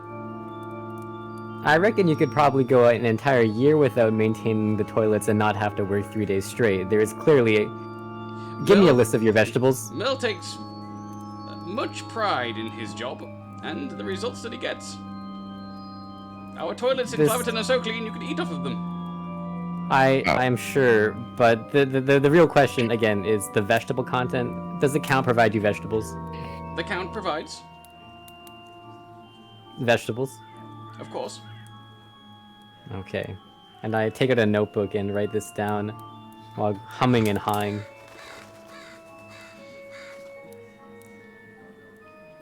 And the council begin to walk away from the table as 3 other villagers pick up the table from each end and in the middle and begin to move it back to the side of the room, replacing it with tables that were there previously, much smaller round tables. And again, people continue drinking and chatting and being partially merry in this tavern. And Lucius calls out to the 7 of you again and says, "So what are you having to drink?" "Oh, I assume you drink." Everything. And Lucius places a bottle on the bar top that he slides towards Fanny Boss. And Fanny Boss, as you reach for the bottle and read the label, it says everything. Thanks, bud. Like this wine, and that says wine. Lower aisle at Lidl, and it's just wine. I want something fancy, please. Surprise me. And Lucius hands you an empty glass. And as he looks at you, he says, "Surprise." First.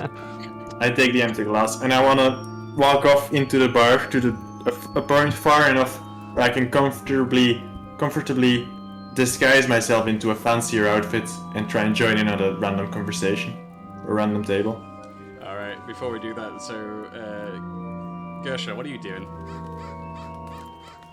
I'm trying to absorb all this. As much as Gershaw can physically absorb information.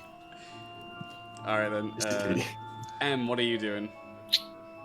I would like something to drink, but what do they have here? Are you asking Lucius or are you asking out of character? Lucius. And then Lucius looks at you and says, "Whatever you want, the Count provides." Do you have any dream leaf based cocktails? No, I've never heard of such things, but yes. How do you have it if you've never heard of it? Don't need to hear of it to know you got it. So do you have it? Yes. Okay, I will have one then.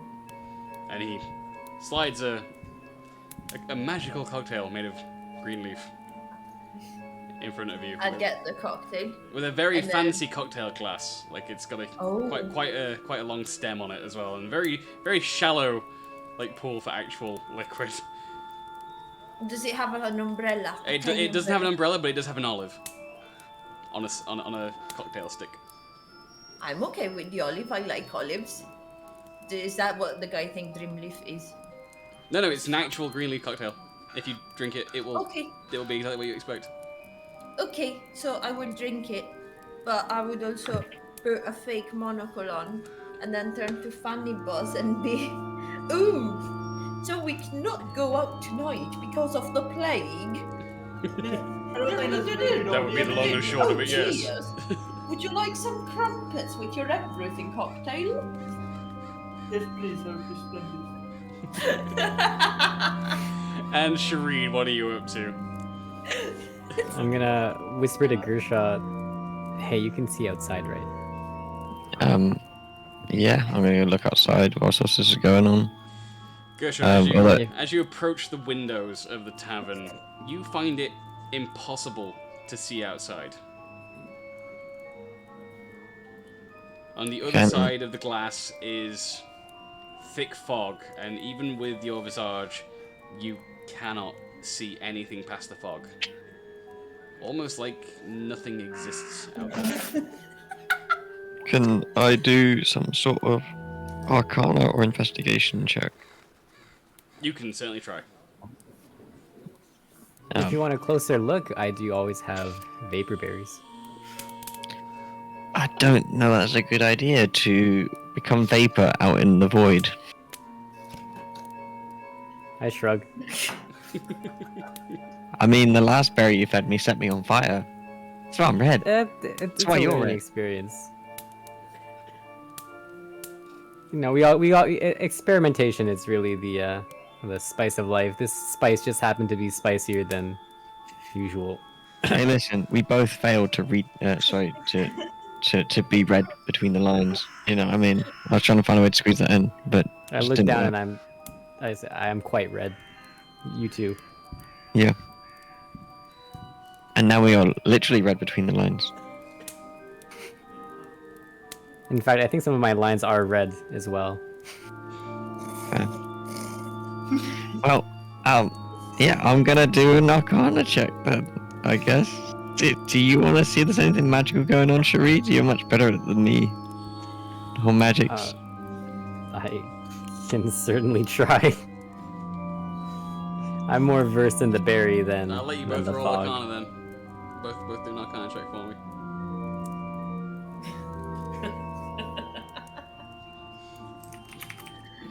$12. Snevin. Yes, there is definitely something magical. Huh. Well, that was easy. Beyond that, you've no idea, but there's definitely something magical.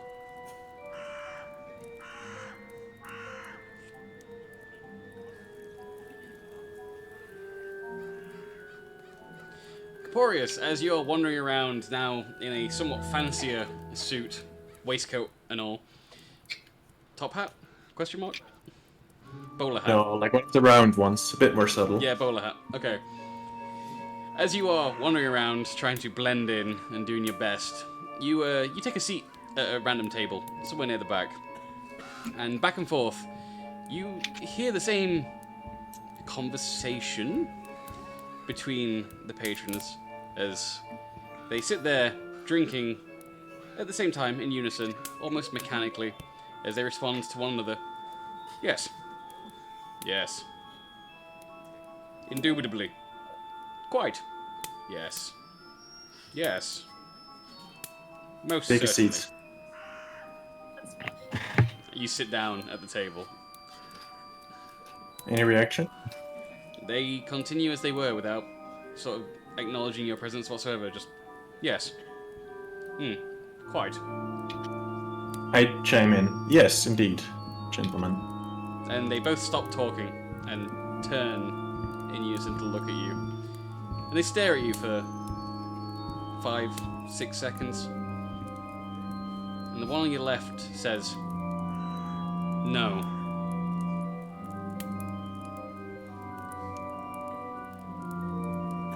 No? Care to explain? No. Would you say you're positive you don't want to explain? Quite.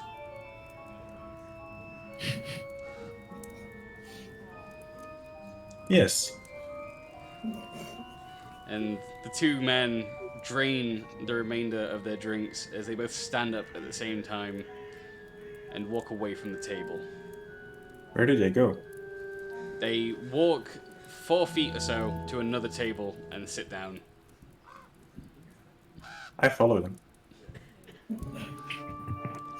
I mean, no one can leave the pub, so you might as well annoy everyone in. I'm on a divine mission! Yeah, I sit down with them again. I say, gentlemen, I think we got off to the wrong start here. And almost with completely different mannerisms, now that they've moved table, the one to your right says, "I'm sorry, I don't believe we've met." We haven't, no. Name's Balthazar. Pleasure to meet you. Pleasure, quite. My name is Freddy, and he Freddy. points across the table and says, "This is my companion, Hubert." Hubert? Hubert. Hubert, gotcha.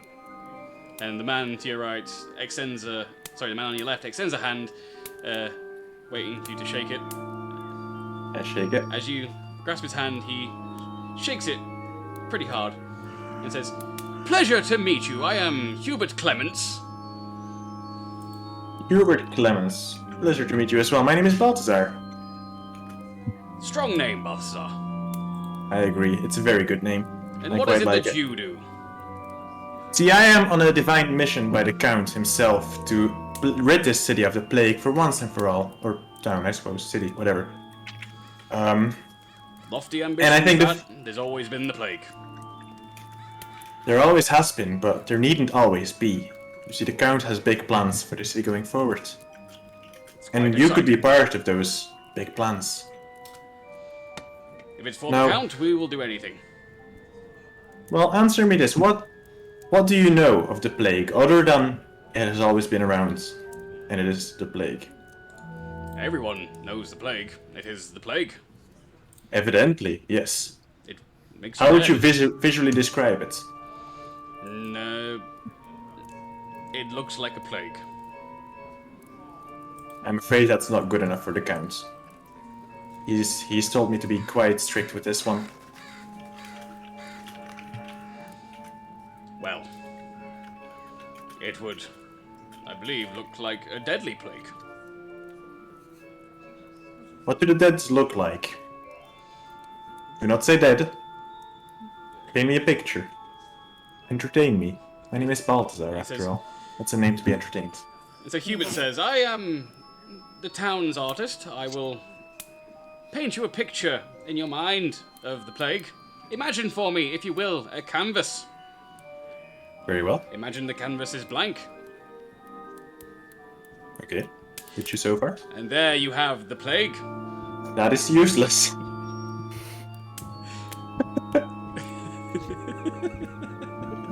What? I'm surprised you didn't see that one coming. Last question for you. What do you do to the dead? The people that get caught out by the plague and die? Are they buried? Are they disposed of otherwise? They are just gone. We need not bury nor deal with bodies. They are just victims of the plague, and they cease to I be. look over at the word berry. You catch the tail end of that sentence and just hear bury and cease to be. I don't have my device, so give me 2 seconds. Please stand by. Cactus wasn't prepared. I can't believe it. That's the first.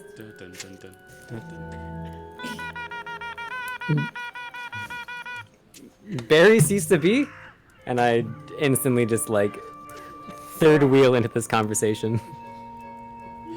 You are on the opposite side of the tavern. Between yourself and Caporius, there are around 5 or 6 tables in your direct path. How are you getting there?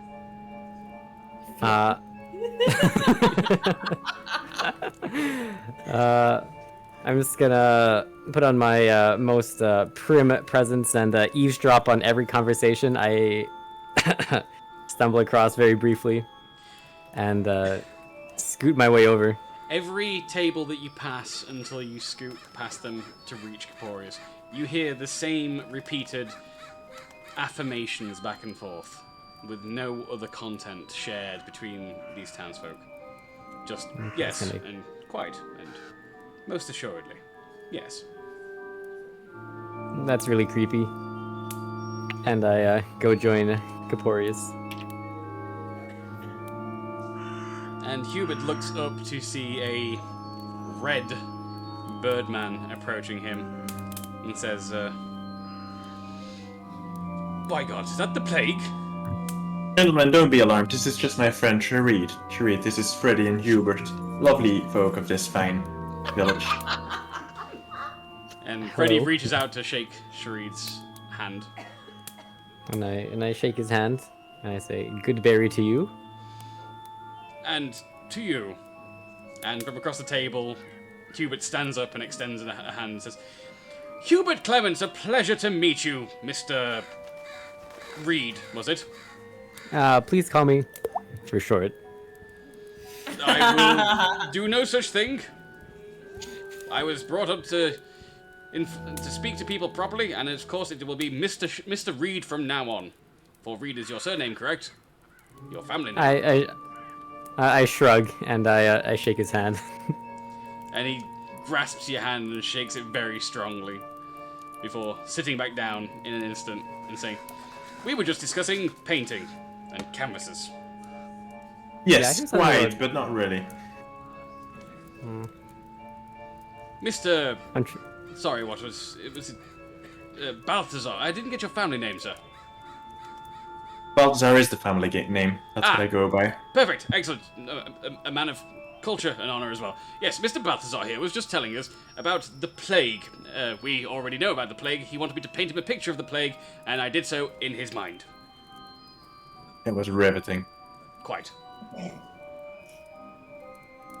I do have one follow-up question. Please. Now you say there's no bodies because the plague consumes all. There's no bodies left to take care of. So, how long would you have someone? How long would someone have to be missing for you to assume that the plague has taken them and they are not just, say, walking the town? Oh, well, if someone goes missing, it's instant. What if I go outside and walk around the block? Will you assume the plague has taken me until I walk back through that door? You will not walk back through that door, for the plague will take you. That's irrelevant. Will you assume plague has taken me straight? Well, I suppose that answers the question. There is no walking around outdoors at night. There is only the plague, and then there is us. And we are not the plague, and thus we are. I see. Thank you for your cooperation. You are so very welcome, Mr. Balthazar. Of course, quite so. Quite so. Anything else you want to add, Shareed? What's this about berries ceasing to be? This is the only reason I came here was for that. Well, I don't believe berries have ceased to be entirely. I imagine some have ceased to be, but I'm fairly certain in old woman Tompkins' house I once saw some strawberries. They're berries, are they not? Strawberries are not berries! Well. I tap Shareed on the back in support. It's okay. I would have to Just ask let the it out. Count. The Count knows all. I'm sure the Count will set you guys straight on berries. Perhaps we will call them straw fruit in the future. And I shake my head in disappointment. blackberries? Are they berries? Blackberries are aggregate berries. And gooseberries? Gooseberries are berries. Then, And then no, berries have not ceased to be, for there is a gooseberry bush right out back of the tavern. Oh, that's great to know. Gooseberries are like good berries, but with one letter different, so... Does the spelling have anything to do with the taste? Yes, they are good, and I pull out 2 good berries for my new friends. But if we were to spell gooseberry differently, would they taste better or worse? They would taste better. What of elderberry? What if we changed the name to youngberry? Would they suddenly taste better? Why would you... What? That's Why would you want ageist. to... Yes. Okay. Quite.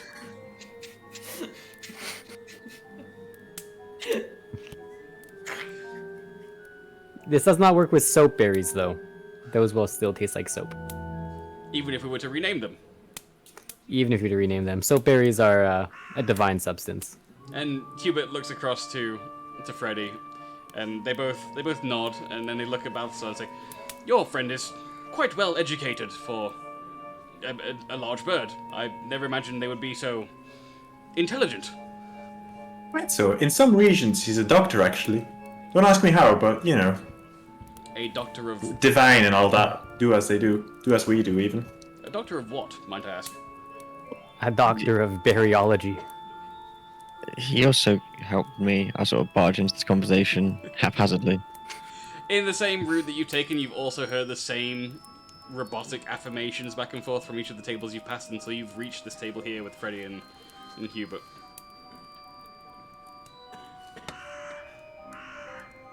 Indubitably. Yes. Right, so. And they join in. I concur. Quite. Most certainly. And with that, I stand up and I shake Freddy and Hubert's hands, and I thank them for a wealthy conversation, and I leave them to it. And a good evening to you too as well, Mr. Balthazar. Remember, don't go outside, the plague will get you. The plague will get you indeed, and we can trust on the Count. Of course, the Count knows all. Count knows all. And with that, I leave. And as you say, the Count knows all, every single person in the tavern turns to face those you sitting at this table, and they all slowly raise their glasses together and say, "Count Fieri," as they drink and then place their glasses back down. We're on another table, but we're Man, what a guy. Count Fieri. But it all happens very slowly and methodically. They all turn as one, all raise their glasses in unison simultaneously, and the words are spoken near synchronously with every member in the tavern. I just sort of like conspiratorially whisper to Sharid and Forius and was like, how long do you reckon it took to get their choreography down? I mean, like, they seem quite coordinated as a town. It's like, I love to see the sense of community, you know? You should ask them. Hey guys, who's your choreographer?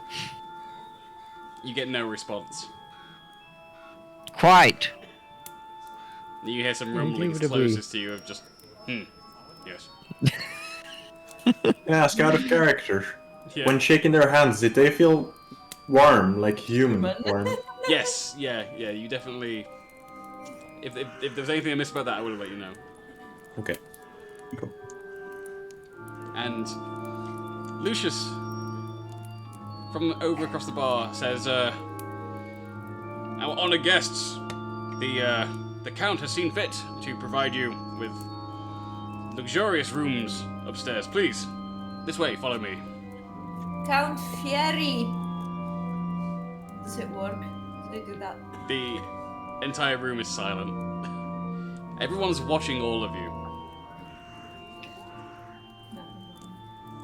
I just sort of like start doing this to every single one of them. Like, I make it a point to make sure that I do this to every single member in the room. You get nothing but like blank, glazed stares back at you from every single person. I shall do it. Almost like they're looking through you. Is my visage still active? Yes.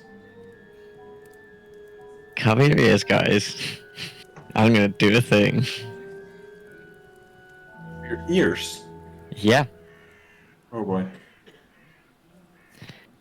I'm gonna use Word of the Spirit, which is one of the abilities of the Vajrazi himself. I'm gonna amplify my voice so that all creatures can hear me within 600 feet.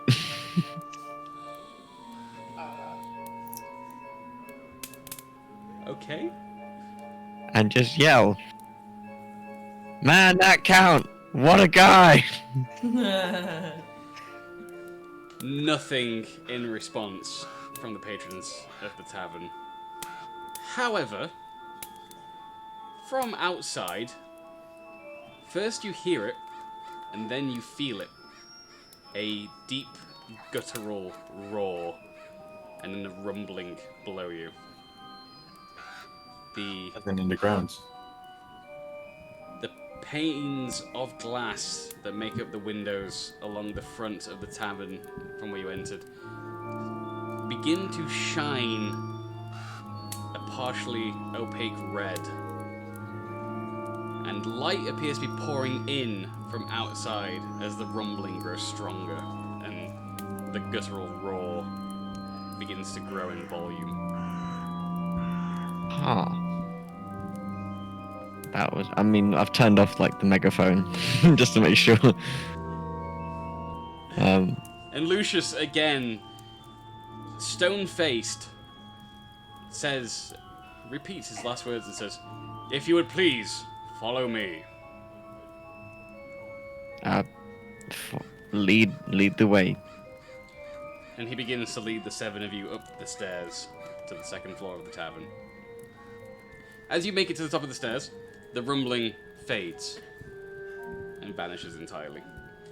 And Lucius shows you, each of you, to 7 identical bedrooms. Inside you find a single bed with duvet, pillows, very luxurious in this neck of the woods. The walls all appear pristine and recently cleaned. The rooms are about 3 meters by 2 meters each. So just enough room for a single bed and some desks and bedside table, that kind of thing. And as he shows each of you to your room, he shows you into them and closes the door behind each one of you. Can we get out of the rooms once we're in the rooms? You can always try. As he closes the door behind each of you, he says, "Have a pleasant night." I want to try and open the door. You find the door to be locked. Is there a window in the room? Yeah. There is no window in any of these rooms. We're stuck. Look, I only sleep 4 hours. What the fuck am I gonna do for the other 4 hours? Can I go to the loo at least? Read. There's no toilet in this room.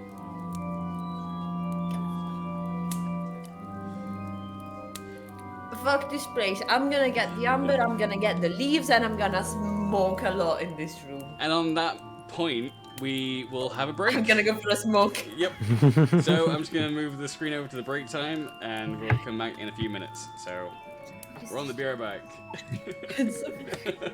Here in a second.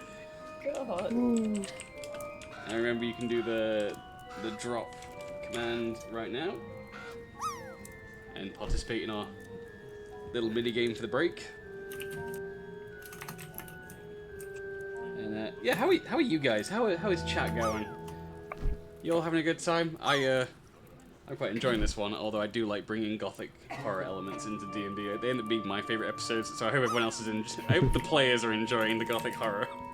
This is not what I expected, but it's great. Oh, we're barely like a quarter of the way into this particular quest.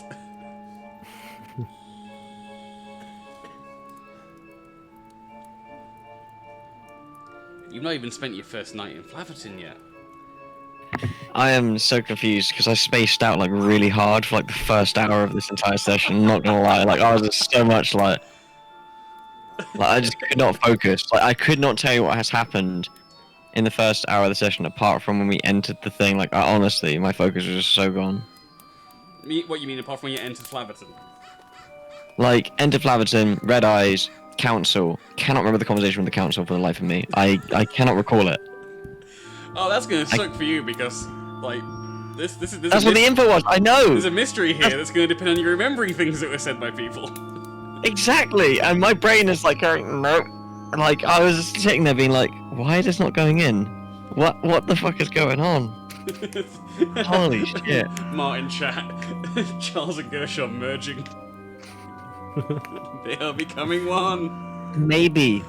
That's what I was like. That's why I had to RP it, like being like, Gershon is trying so hard to absorb It's alright, everything. I'm is sure that the others are paying attention, right, Cacto? Yes. I can smell where this quest line is going. I'm paying attention, and I know what this is going off of. I know what you're riffing off of, and I know what this is. Do you? Yeah. You don't? Yeah. You've never seen it? SH. No. It's very similar though. I mean, there's elements that I'm clearly borrowing from it, but no, that's not the quest here at all. I was about to ask if there was a mine. And if there'd been any horrendous accidents at said mine recently. There is no mine. Although there are 2 locations that have been specifically pointed out to you. The Church Chapel. What is Huh? what were those characters? The Church of Gluttony. The Church of the Glutton and the actual chapel thing where the count the is. Count's Tower. yeah. Yeah. Which, oh boy, that's going to be a decision that I make on the spot. I don't know. What does chat think while we're having this break? When it comes to meeting Count Fieri, I've been looking at and listening to episodes of Diners, Drive-Ins, and Dives for that Guy Fieri experience, but also he's a count, so it's anywhere between Strahd, Dracula from the Netflix show Castlevania, that voice, and Sesame Street's The Count. Or does it become a mixture of all 4 of those for the voice? Oh man, like Dracula, Guy Fieri would be hilarious. How many chicken wings? 1, 2, 3, 4 chicken wings. You're going down the Sesame Street Dracula. It was just one of the ideas I had yesterday. Again, I haven't decided how Count Fieri is going to sound. The Count, 1, 2, yes, yeah, Mark.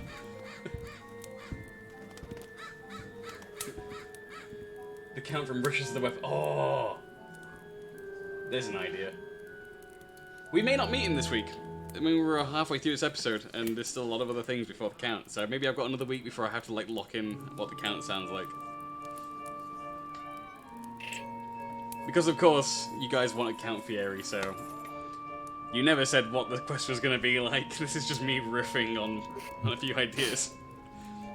And I haven't had long to really solidify it either, because I remembered that you had to go to Orathlon, and to get to Orathlon you have to go through Flaverton, so I was like, screw it. Rather than be derailed, I'm going to make it the quest. Fair play. Love it. Alright, I'll be back in a second. Alright.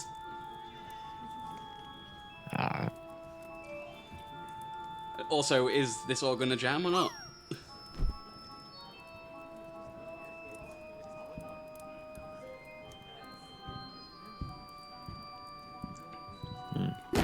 Do you know, I'm gonna grab a coffee for the next part session because I need all the focus I fucking can get. I need it to muster it up.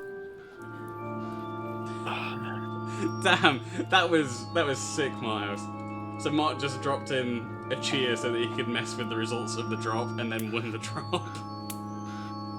That is actually fair play.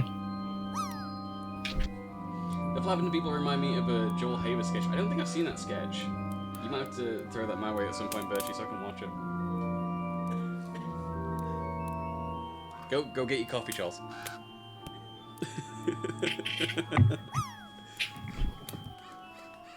Poor Gershon's not doing too well.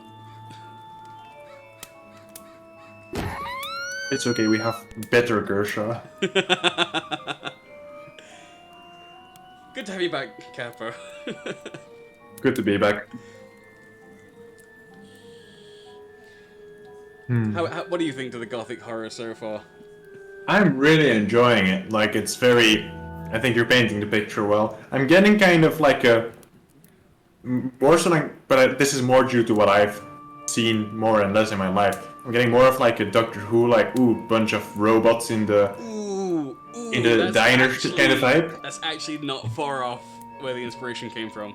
Like, you're in the right ballpark now. Well, you're doing a good job in that case, because that's... I'll tell you because I know that you've not seen it, and I won't tell anyone else because they're not here. So chat and for Capo, spicy hints right here. This particular quest that I've built is kind of based on and riffed off of a very particular, very cool episode of Stargate SG-1.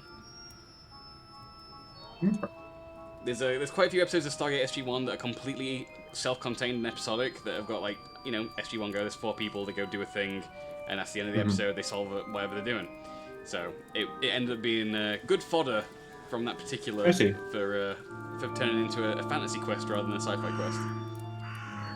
So it's been very heavily modified, because obviously we're not dealing with science fiction here, we're dealing with spoopy horror, but the core concept was worth reworking with. That's cool. Mar's like, I need to remember the episode. Dude, if it doesn't become apparent, like, on day 2 of this quest, then I don't know if you'll remember it after that point, because there's very clearly a point that that I liked, so I'm using. Oh, I got time for another drop. Yay. So Morehouse has won 1 drop today. With the power of cheering. Which every week reminds me I need to actually change the assets for the cheering, because it's still Chica from Kaguya-sama, and I need more D&D related notifications. I just don't know what yet. If anyone's got any good ideas for like assets for like the cheering and the subscriptions and stuff that are D&D themed, give me a shout. Because I'm kind of unsure what I'm using at the minute. Wait, what about like an animation of like a handful of dice just like rolling onto a table or something? There is some stuff that I've got in my stream folder that hasn't been used yet, that Shlee provided, but I'm saving those from being used as alerts and stuff until I've used them in the actual game. Which maybe next week I can debut them, and then we can turn them into stream alerts. Oh, use the wrist roars. That's not a bad idea. Oh god, okay, I've got a new subscription one sorted now. Like that's a cool idea. I've got a good one for that.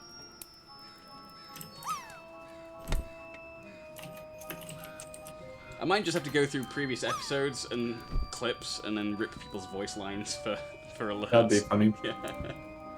I did have an idea for like subscription alerts that I want to run by you guys at some point. That could be fun. Yeah. Not too unlike the ones that Charles have done for me, but a little bit different, but something along those lines.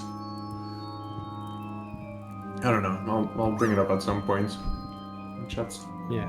Or I mean, at worst, you could like actually just like ask us to record voice lines for you for whatever. Briggy.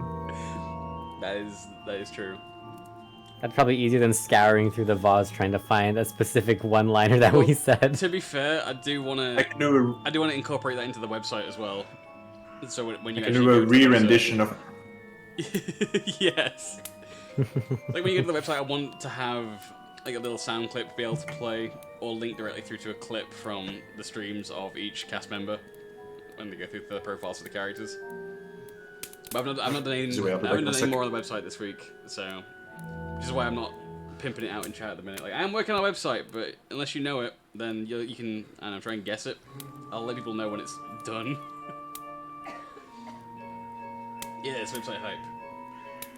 It is currently in a very, very early alpha stage. And probably won't get done any more stuff to it until the weekend.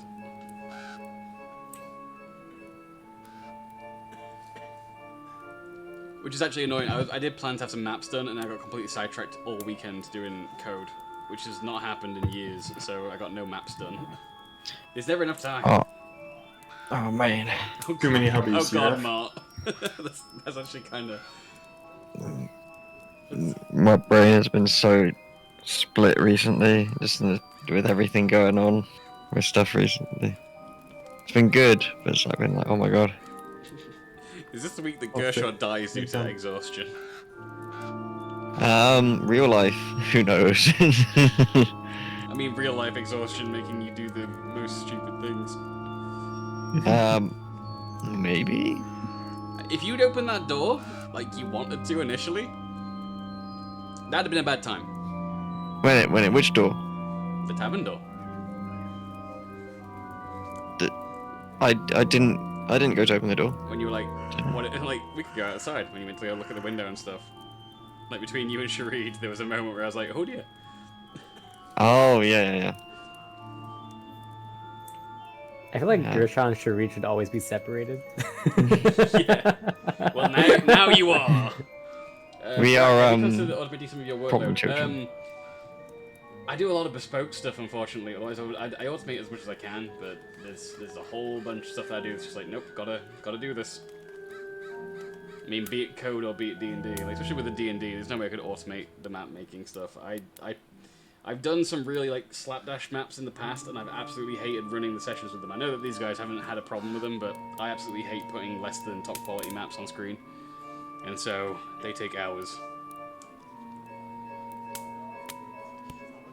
And I'm like the same level of bothered about it when it comes to doing the website. It's not ready for general consumption yet. The website will be ready eventually. Those people that have seen it so far have been there just so I can be like, hey, look, I'm doing work. Fair enough. That's the joke. Oh man. See, I'm already in that mode where I'm like, no, I can't do automated work, but yeah, I get it.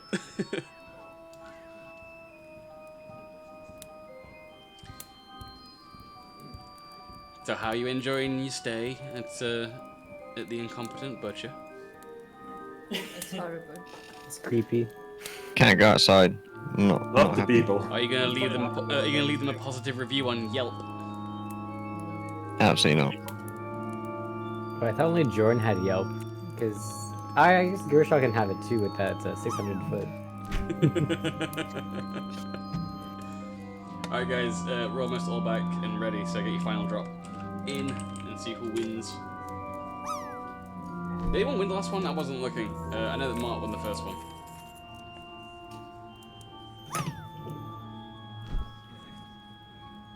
But if somebody can remind me who won the second one, or did it just get missed by everybody? I don't think anyone got it. Okay, so Mark is currently winning.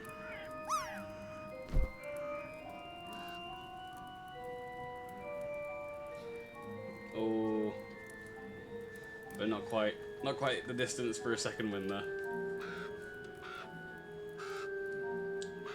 Alright, give everyone like another minute to get their final drops in, to see if anyone can beat Mark, otherwise he's this week's winner.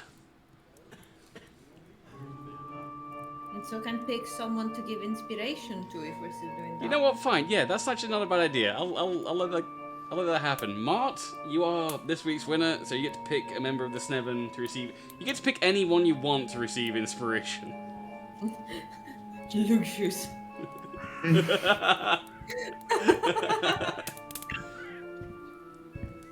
Lucius is permanently inspired with that glorious handlebar mustache that he's got.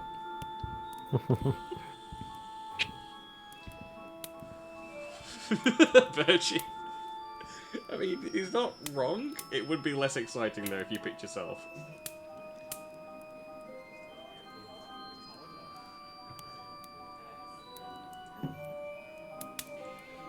You can give inspiration to the cat. Don't give inspiration to NPCs.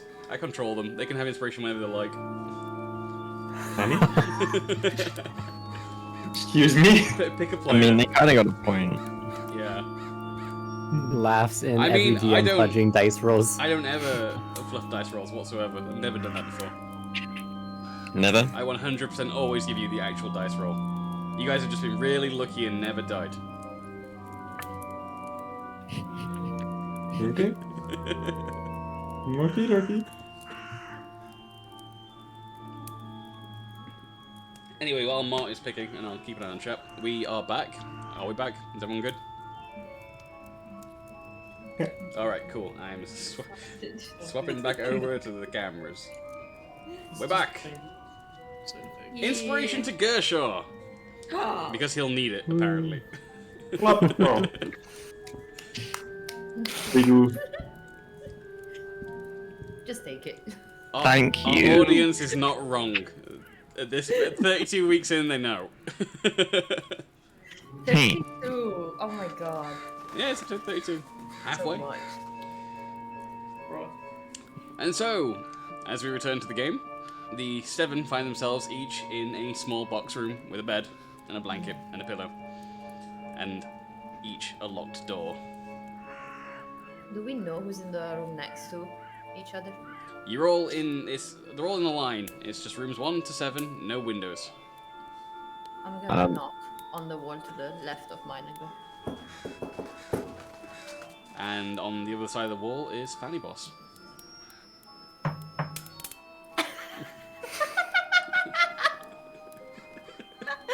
I'm gonna go and knock on the right and go. And on the right of you is Sharid.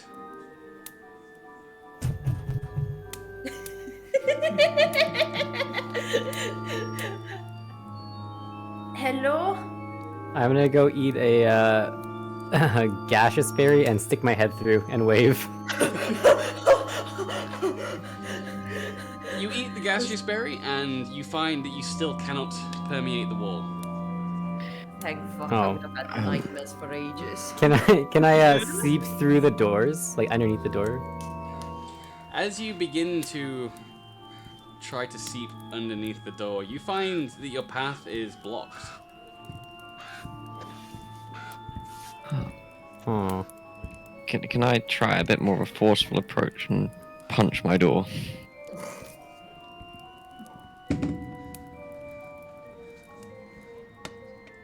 You take 3 points of damage. Do you want to use that inspiration? No. I need to drag the bed to the middle of the room, Easy enough. and I want to cast a ritual, and I want to summon an alarm around it, and then undisguise myself and go to sleep. You fall asleep instantly. Nice. I'm also gonna head to sleep then, holding my wrists and being like, yeah. You fall asleep instantly as well. Can I inspect the door to see? I'll leave the gaseous form. I want to inspect the door to see what stopped me. Looking at the door, it looks like a ordinary wooden door. It has it's an oak wood and the handle is brass. I'm gonna summon some animals. I'm just gonna summon like, I don't know, like a rat and a spider. Where do the animals come from when you do that? You summon face spirits that take the form of beasts and appear in unoccupied spaces that you see within range. Yeah, you're not gonna be able to do that. Nothing will respond. Okay. Last thing, I'm just gonna try blighting my door. Read what blight does. Necromantic energy washes over a creature of your choice within range, draining moisture and vitality from it. If you target a plant, creature, or magical plant, deals maximum damage and withers and dies. That will do nothing to the door. Okay, then I go to For sleep. the door is an inanimate object, and though it was once wood, it is now dead wood. That's fair. Alright, then I'll You can't I'll dry try one thing. the door out anymore. It's already been varnished, etc. Like it's right. Okay, last thing, I'm gonna try wild shaping into like a spider. you can wild shape. And I'm gonna try and see if I can poke my head under the door. Alright, so first, moving your frontmost legs under the door. As you try and push yourself under, and the tips of your legs make it further out past the edge of the door frame, you feel in the furthest part of your extremities a searing pain. I pull my legs back in and turn back into Sharid form, Okay. and then I go to bed. You fall asleep instantly. And M and Vanibus, what are you two doing?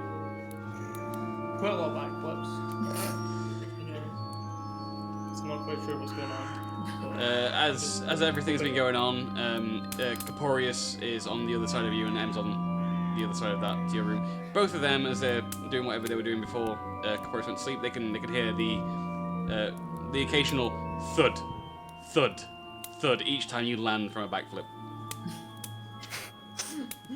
And I shout, it's backflips, don't worry. Can we hear that? You can hear that. Oh, thank goodness.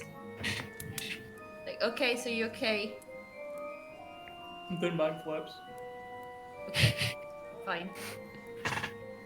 Is there a lock on the door? There is. Can I inspect that?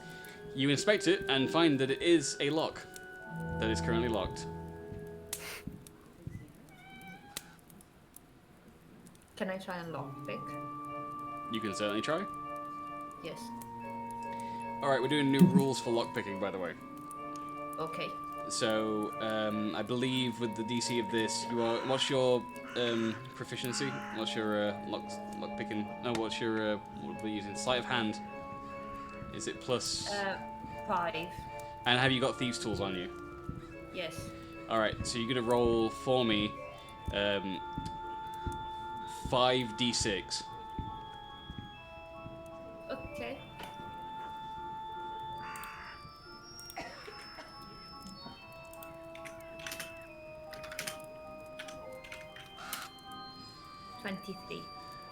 But it's not about the total, it's about what the individual dice were. So let's have a look at your rolls. So there's 1, 6, 5, 5, 6. 2 6s and 2 5s. You are a lockpicking god, and for your efforts, you hear the telltale. Nothing. You hear the telltale clink as the lock comes undone.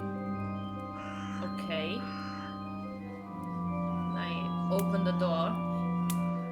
As you reach for the brass handle and begin to pull the door open, now the lock has been taken off, you feel a tremendous amount of force pulling against you to keep the door shut. Do you want to continue? Yes.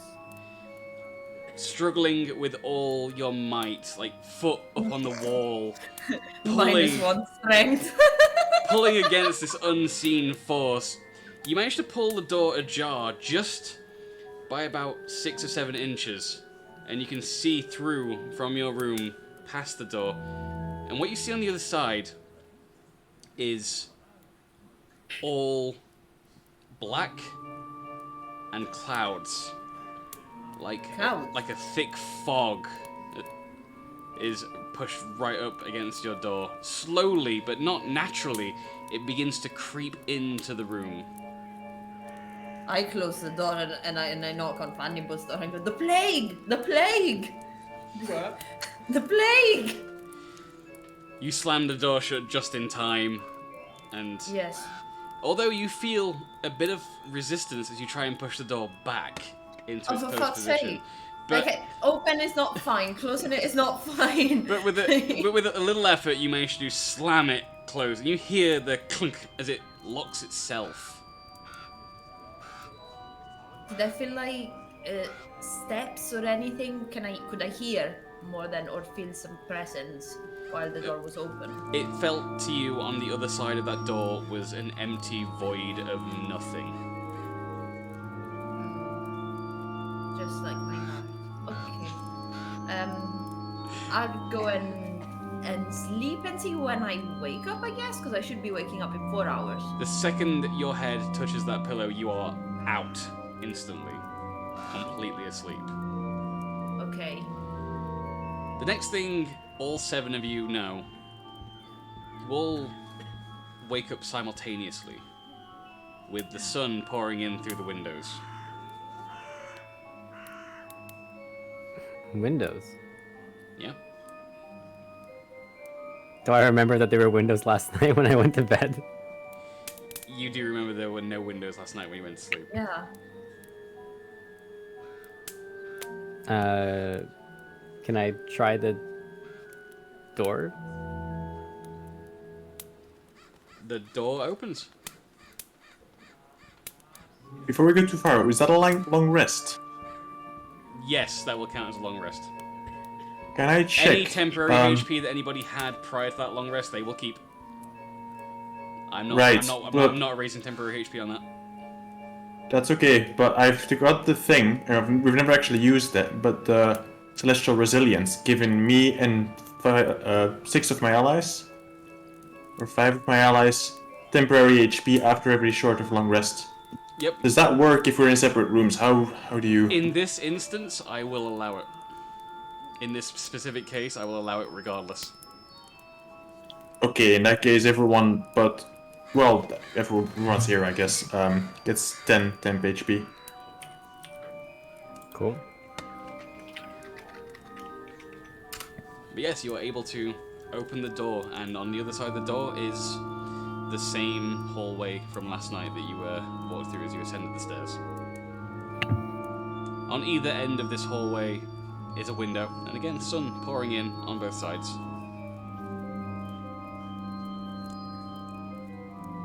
Can I open the window? Opening the window, you a fresh breeze rolls in, and you hear the sounds of people in the town. Are people outside on the street? You see one or two. It's not super crowded or anything. There's not a huge population here, but you do see one or two just walking down the street. We're on the second floor. Yes. Can I climb out the window? Yes. Okay. You climb out and down from the window, and you find yourself outside the tavern on the eastern side of the tavern. Okay. Can I go in the tavern from the door? What, from the front door? Yeah, but you could. Yes. Okay, I'm gonna do that. You wander into the tavern through the front door, and you are met with about 7 or 8 people sat, still wearing their fancy clothes, sat drinking Is at different Lucius tables. Lucius is stood at the bar with his rag, constantly cleaning the bar top. I'm gonna redisguise myself and head out as well. Good morning to you. And he looks at you and nods and says, "And a good morning to you too." May the Count keep us safe from the plague. Such is the Count. So what was that business with you locking us in? I'm afraid I have no idea what you're talking about.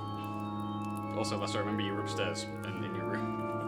And Emma climbed out of a window on her own and walked into the front door. Oh. So it's Fanny Boss, everyone else, Solgar and Oscar, Caporius and Sharid, and you all upstairs in your rooms, and Sharid's just opened the door. So this is all happening as Emma is climbing down the side of the building, I guess. Oh. Okay, I open my door. You open your door to find that Sharid's room next to yours, the door's already open, and Sharid pokes his head out. Caporius redisguises himself, Solgar and Oscar looking out of their doors as well, just as confused. How was everyone's night's sleep, guys? Totally, like, you know. I mean, like, The sleep Very was nice, great. actually. Everything leading up to it was strange, though. I thought I didn't support Windows anymore for a second, and then I woke up and I did. We didn't activate. They activated overnight. Also, I just want to point out, in my head, I hadn't even thought about it until now, but like, I just want to point out, specifically for Gershaw, you have no choice over this. This happened. You slept in the bed. Sacrilegious on you. You distinctly remember waking up in the bed.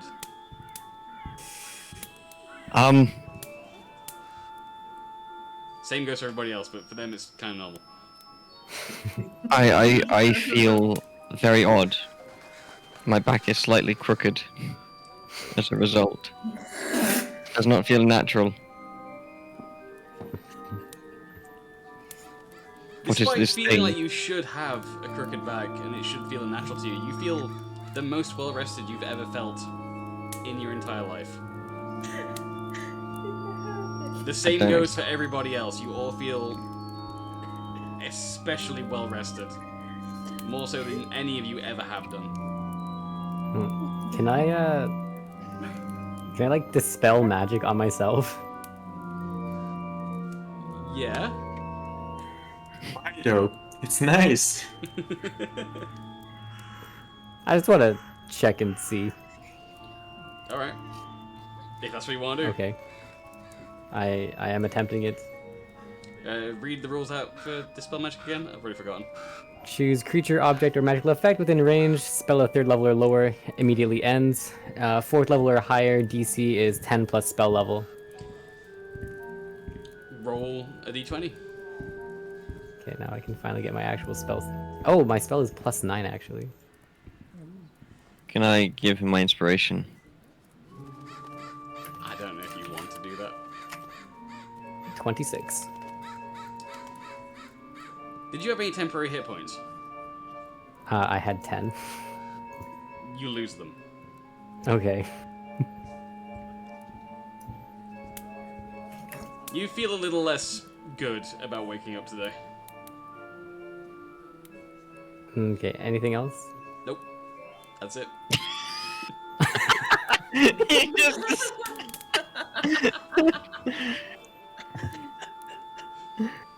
That's fantastic. I was... Huh.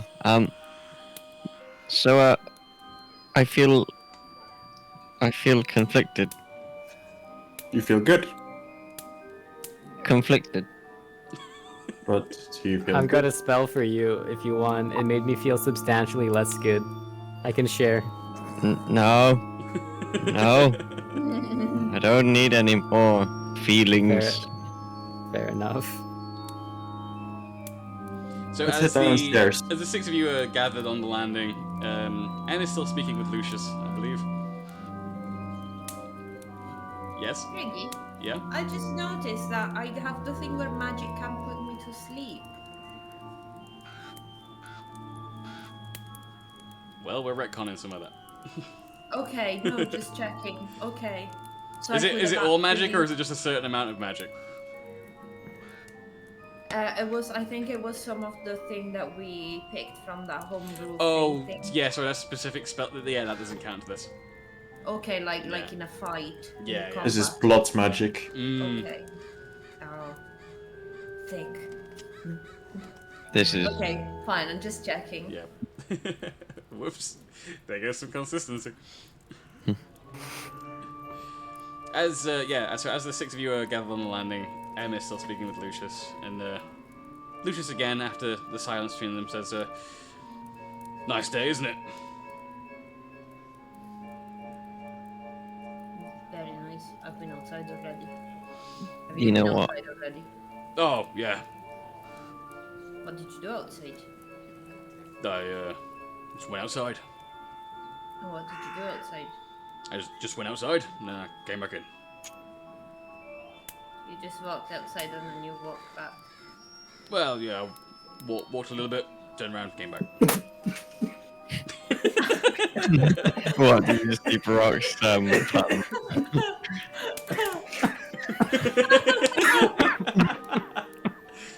Damn it, Brock. Really, That's good. That's a really good plan. Yeah, that's good. really not feeling well after that dispel magic. If you hadn't dispelled it, you'd have been fine. Oh, dude, I just got a full mouthful of water and then spat it all onto my floor. It's been christened. That more disrespect to your landlord. And I assume the rest of you I'm are good. heading downstairs? Yes. And the first thing you see to your right is Lucius, as he nods at all of you and says, "Good morning." Morning to you. Good berry to you. Quite, yes. That's... How do I get rid of my bed? I'm afraid I don't quite understand the question. I wouldn't expect you to. It's fine. I'll find a way. Anyway, I'm glad that you're all here, as the council wishes to speak with you. Now it is the morning. Once again? Yes, indeed. See, are they already behind us as we speak? And he nods and says, "You're catching on quickly." And he says, "Please, the council will see you now." And as you all turn around, you see the table, much like last night, in front of you, with 4 chairs and 4 council members sat opposite, looking at you.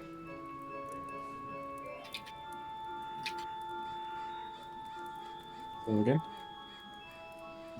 And the man from last night says, "It's very good to see all of you this morning.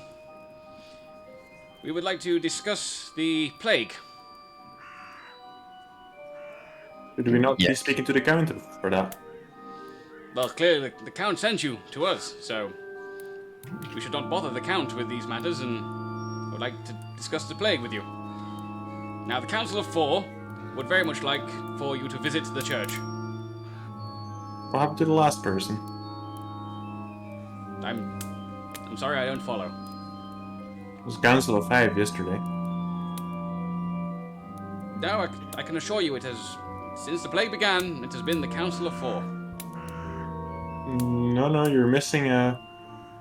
I'll do the math in my head, whichever man or woman is missing a... The toilets. Missing a person. You see, the council is made up of 3 men and 1 woman. Okay. You're missing one of the ladies there. No, I can assure you, that only ever has 1 woman ever been on the council, and she's right here.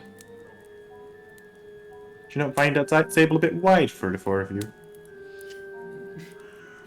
We are evenly spaced. It gives us lots of room to do council things. I see. Did the plague start today? Have you had 1 woman on the council since today?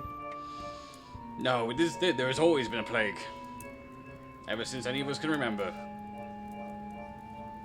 How far can you remember? Why? Until the very beginning of the plague, since the plague was there before I was born.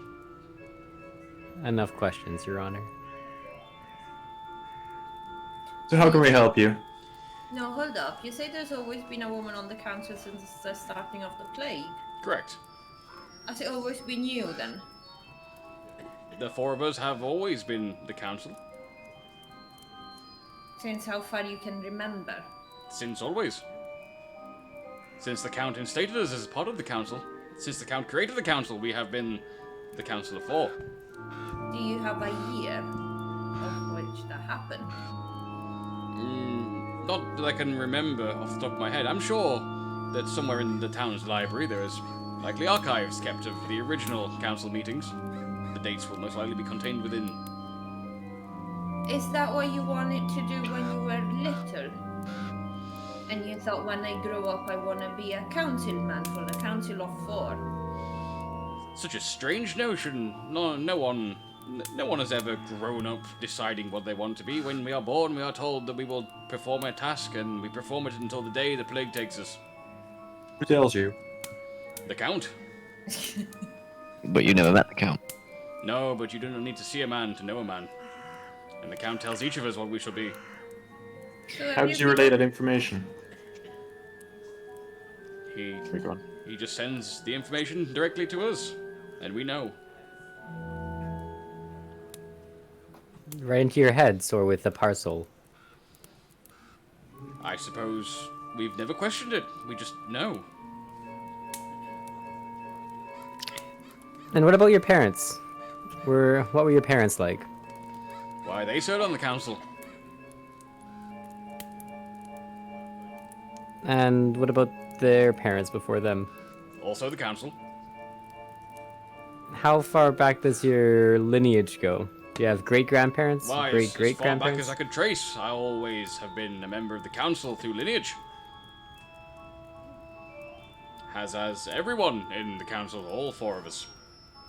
And their parents were on the council, and their parents were on the council. when did you start being on the council? And what about the lady? What if their parents had a son instead? Then they would have also been on the council. But then you wouldn't have a lady on the council, and you said there's been a lady on the council since the plague began. Yes, there always has been. It's just the way it's been.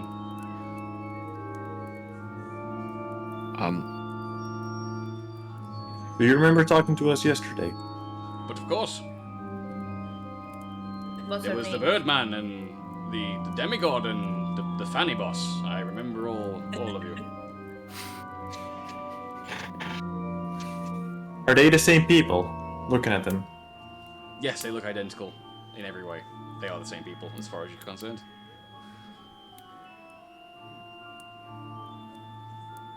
Anyways, what is our order of business for today? Why did the council summon us? Well, you see, we need someone to go to the Church of the Glutton and inspect it and ensure that all is well and it has not been damaged by the plague.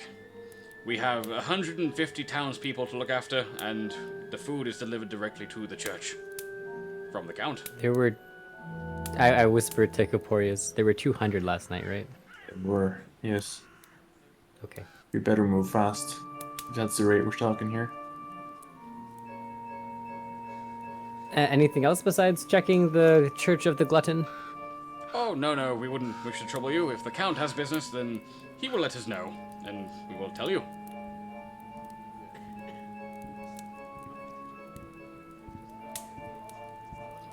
Before we go, I'd like to talk to Lucius for a second.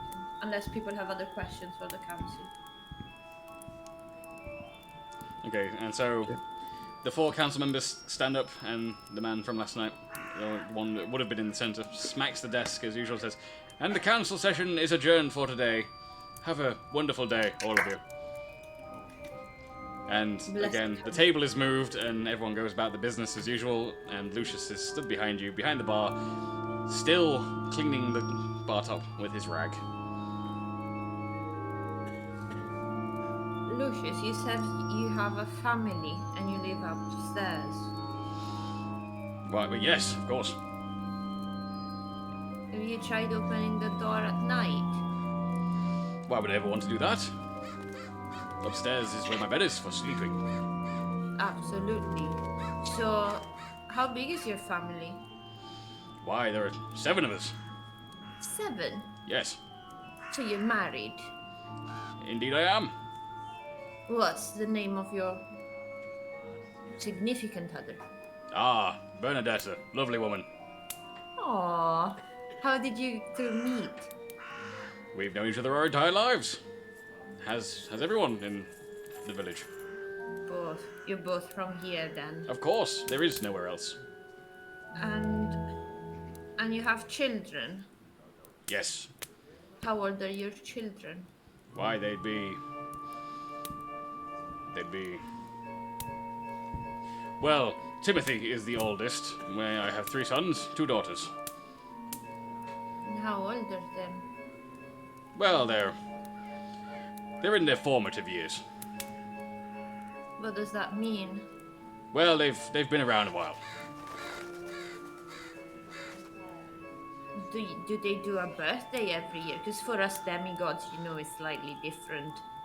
Why, birthdays are a thing of myth and legend. We've never had a birthday. It requires too much food and supplies, and makes an awful lot of noise that brings the plague. Tell me about it. But Lucius, can I ask you a bit of a private question? But you're the first person that I've met that has kids. None of my friends have kids. Please, go on. How do you make them? Just don't laugh at me. I have a point here. They just are. Just like that. You wake up and one day they're there. That's the long and short of it, as I understand it, yes. So you didn't actually make them. How do you know that they're yours? Not to say that Bernadette has been a bit naughty, but... Why, with all things in life. The Count. The Count made your kids. The Count informs all of us of our stations in life, of our families. It is all decided. So, did the Count deliver your... Not deliver is not the right question now. Did he just bring some children? He made the kids, delivered the kids. Like some sort of Amazon Prime. Next day delivery from Count Fieri. 5 children, next day delivery. Timothy's the oldest. Wait, so did Count Fieri just bring the kids to you? The children were a blessing from the Count. Absolutely, no doubt. And have they got any older since you've had them? I know you don't count birthdays because birthdays are a pain, but... Well, surely they must have, for I've had them a while. Have they gotten any bigger since you've got them? I believe so. Did they grow? Did they look more like me at some point, and then more like, I don't know, who looks old in our party? Solgra. Not old, older. No, Solgra looks mature. And that's what you get for not coming. She's the physically she's the oldest of the entire party. Okay, then. Like, then you're Solgra. actually older than all of them, like you and Oscar are the 2 oldest, but because you're elves, like, physically Solgra actually looks the oldest out of everybody. Yeah. So, I'm gonna say, or do they look more like her at some point? Have they changed the way they... I want you to understand the question you just asked by pointing at one yourself and Eladrin, and then saying they look like me at one point, and then pointing at a red, horned, winged half-orc, or like that at some point.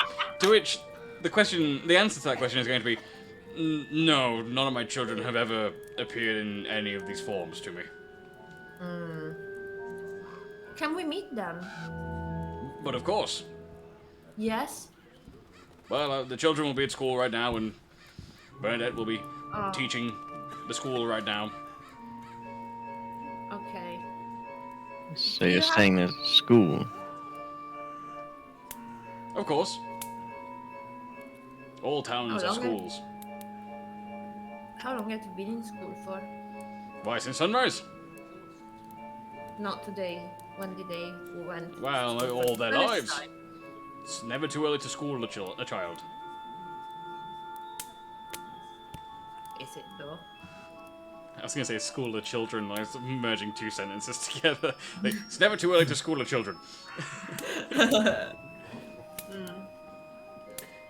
Well, this has been most educational, Lucius. Thank you. I'll keep that in mind if one day I will ever want children myself.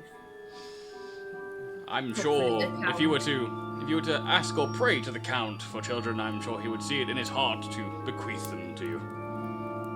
I think I'm a bit young for now, but who knows?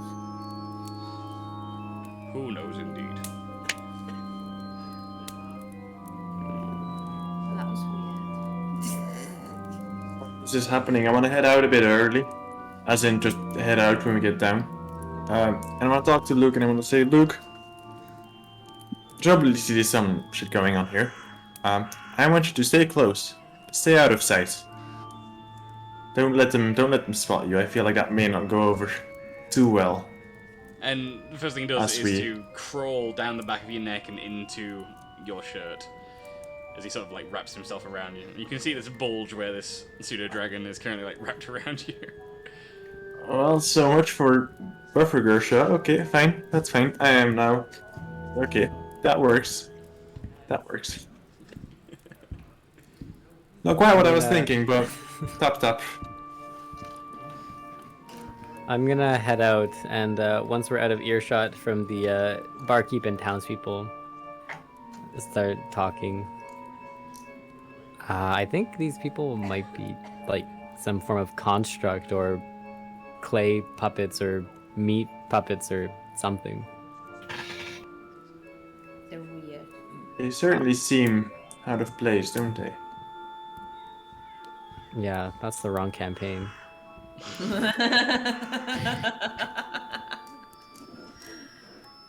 Oop! breaking the fourth no. dimension. We should probably seek out this Count person. I feel like that might be. Well, it sounds like it's the only one with some sort of free will here.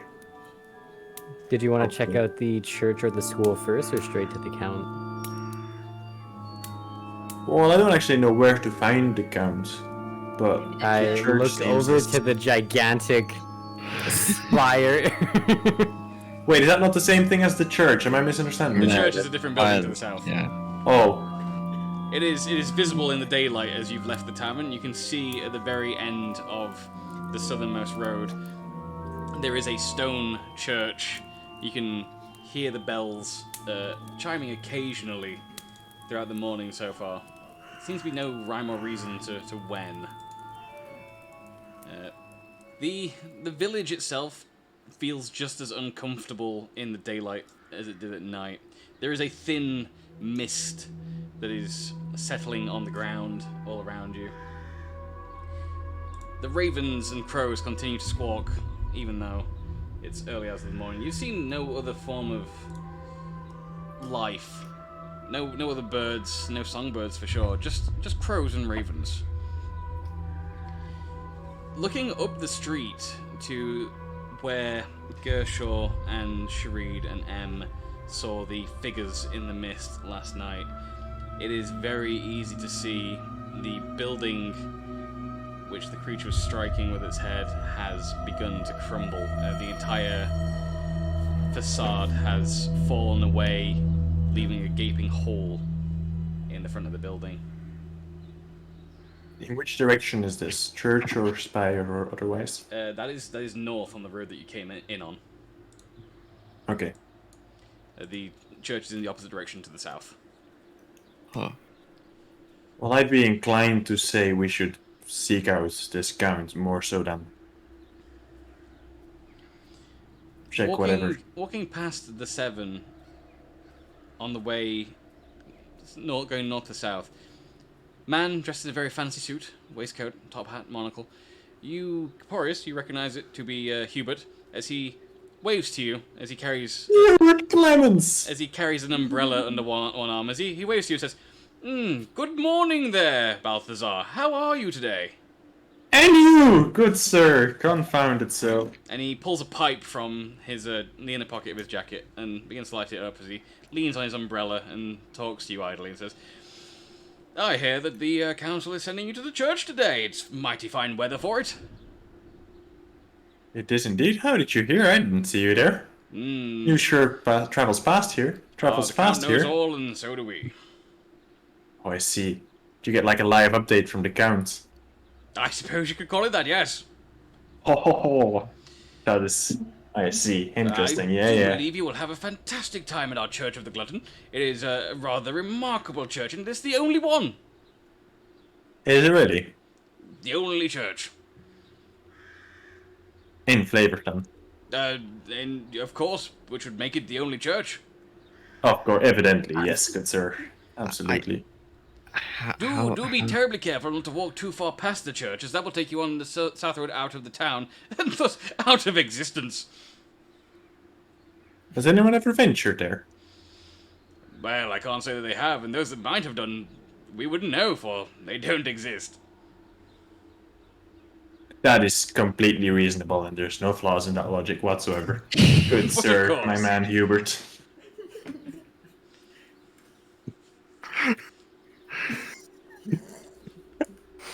I'm just gonna walk straight to the Count's tower, like.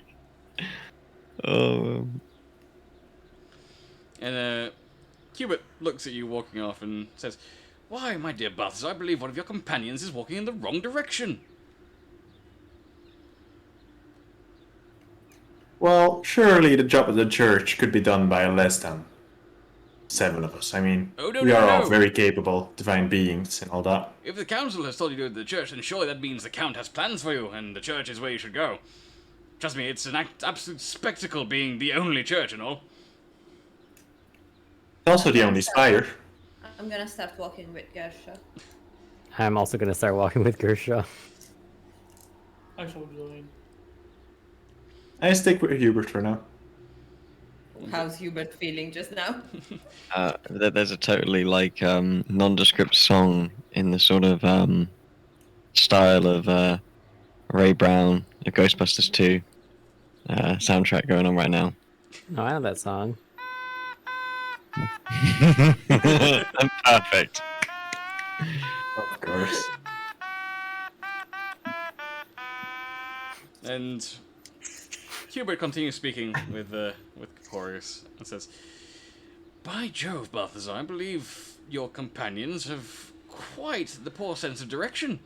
It looks to me like they're heading towards the Count's spire." No, that couldn't be right, could it? I mean, they are divine beings of divine divinity. Now, good sir, my chum, my dude, like, there is no... I shall go after them, and I shall set them straight. That's what I shall do. Actually, I do have a question for you, actually, since you're right here. As the council believes, as you told them, that each of you are special in some way, demigods in some case. Do tell me, how do demigods cope with the field? Would you want to elaborate on that? Which fields? You know, the field, the magic that resides around the Count's spire. It's said to vaporize humans. I'm sure it's no trouble for the demigods, but if there is a way for the rest of us to learn, I would quite love myself to walk the grounds of the Count's spire at some point. Is it a skill that I could learn? Perhaps. But more importantly, it's something we could find out together. Oh, I'd very much love to, but I can't today. I must continue on with my duties. Oh, a real shame, of course, but I do understand. There is Hubert. no time like the present for art, and today I would paint the church again. I look forward to seeing the end results. I'm sure you do, and I'm sure everyone else will. Hopefully it will be an exact replica of every other painting of the church I've done in my entire life, but there's always a chance to improve. Wonderful. I will go fetch my locationally challenged friends and set them on the right path, so I shall leave you for now, good sir, my friend, good man. And I am sure I will talk to you very soon, Hubert. Hope to see you again soon there, Balthazar. Have a wonderful day. And you. Blessed be the Count. Such is the Or Count. something like that. Yes, such is the Count. And he strolls off southward with his umbrella under his arm. And after a moment, you kind of lose track of him as he wanders down the village and takes a corner, which looks like it leads towards the church from your vantage point there. The rest of you all headed to your east, and, well, northeast, as you try and navigate the streets looking for a way into the spire.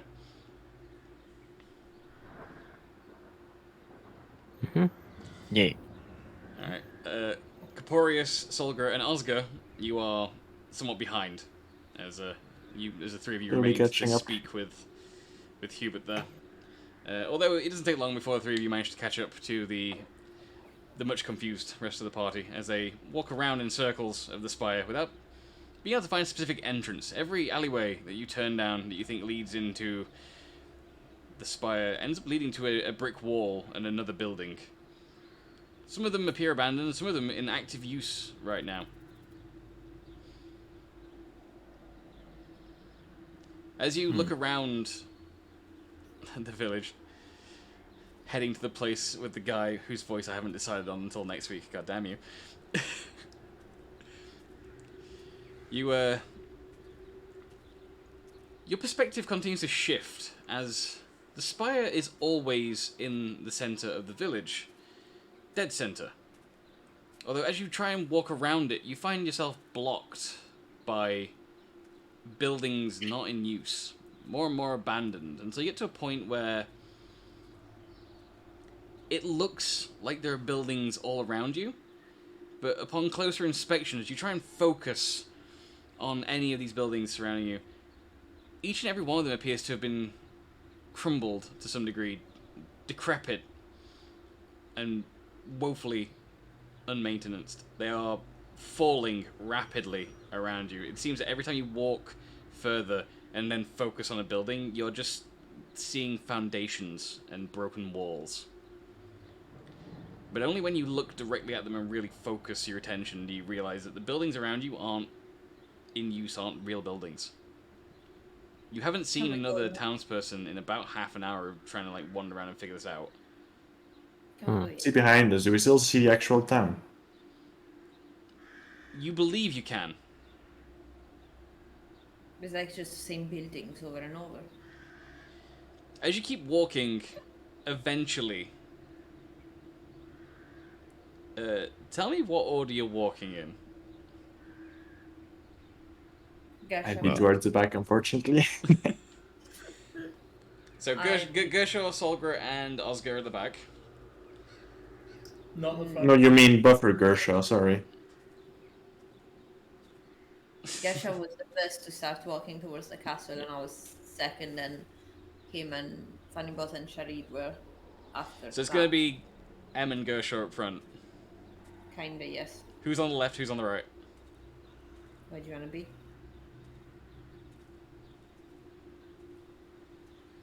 Gersha? Deep thought. Left or right, Gershaw? Right. Okay, good, because I was going to pick left. Alright, cool. So as you continue walking,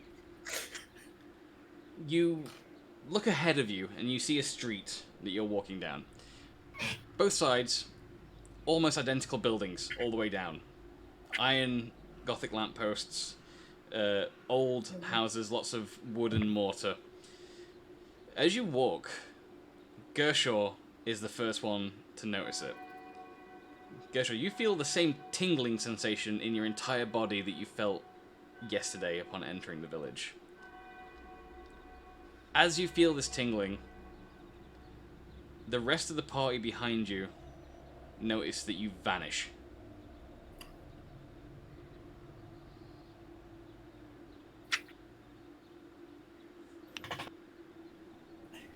Well, that's probably the right direction. Did he vanish while walking next to me? Yeah. You stop in your tracks. He would Does have it look been... like you went through something? You didn't see clearly enough.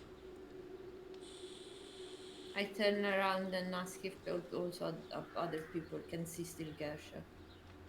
No, he's gone. Gone. Okay, good, because I cannot see him either. I don't know what happened. He was just here, talking about the floors and crabs, and then the next moment he's gone. Well, I guess there's only one way to find out. I keep walking. And you feel the same tingling sensation that you felt the night before. And as far as the rest of the party are concerned, you vanish. Okay. I don't have fancy camera. I'm gonna keep walking as well. You reach a similar spot to both Gershaw and Em, and you too feel the same tingling sensation and vanish. Wouldn't it be crazy if we just had 3 player deaths in a row from not investigating shit? Oh! Are we dead? So, funny boss, shall we go to the pub? Yeah, let's go. Fuck off. I walk back into the town. You see Gershaw reappear before you. You motherfucker. Oh. Hello, we weren't gonna really go to the pub. That was just a little haha. Oh, I didn't hear any of that, but now I know what you were doing. I just had an inkling. Oh, I see. You were feeling funny. funny. Come back. So on the outside of whatever, both Em and Sharid have just watched Gershaw turn around and walk back the direction he walked, and you two are just kind of stood outside. You see the same lush green field stretching on for miles. You recognize it as the Oraven landscape of woodland and meadows. Very much like the route you were traveling when you first arrived at Flaverton before entering the town. Do we still see Gershaw after he walked in? No. You do see the street that you just walked down, but you can't see anyone on it. Okay. So it's just me and Sharid. Yeah. Sharid, did you see Gersha disappear again? I did. Should we go back? Do you think we're going through some portal? I'm not sure. Do you want to try and go back? What if we can't come back here, though? I think if we get far enough, the whatever force field portal, whatever, will make us vanish on either side of Flavorton. M We and should probably be Shareed, okay. while you are looking into the town from where you're stood, you notice, a little too late, that on the floor in front of you, a Escarcha. thick fog starts to form and extends in both left and right directions of you. And you begin to see the base of some sort of field. The fog begins to roll up it. And as you sort of stand back and watch, to the best of your knowledge, from what you can see from your vantage point, it looks as if this fog becomes a dome over the village. Like in the Smurfs. Everyone else on the inside, you see a thick fog begin to appear on the ground in front of you, and it begins to swarm outwards and roll towards you. I'm gonna cast light on us. You just make the fog lighter. It's I like putting think we full, should it's hightail like it. full beams on driving in fog. That's what you see when you try and cast light on it. I think it's time to move, guys. If that fog's coming up, then you know what comes next. What's the sky like? Is it It's foggy. like time like daytime? All right, so this is the first time. So Caporius and those with Caporius, as you look up, you notice that it's daytime. The sky is bright. You don't see the sun.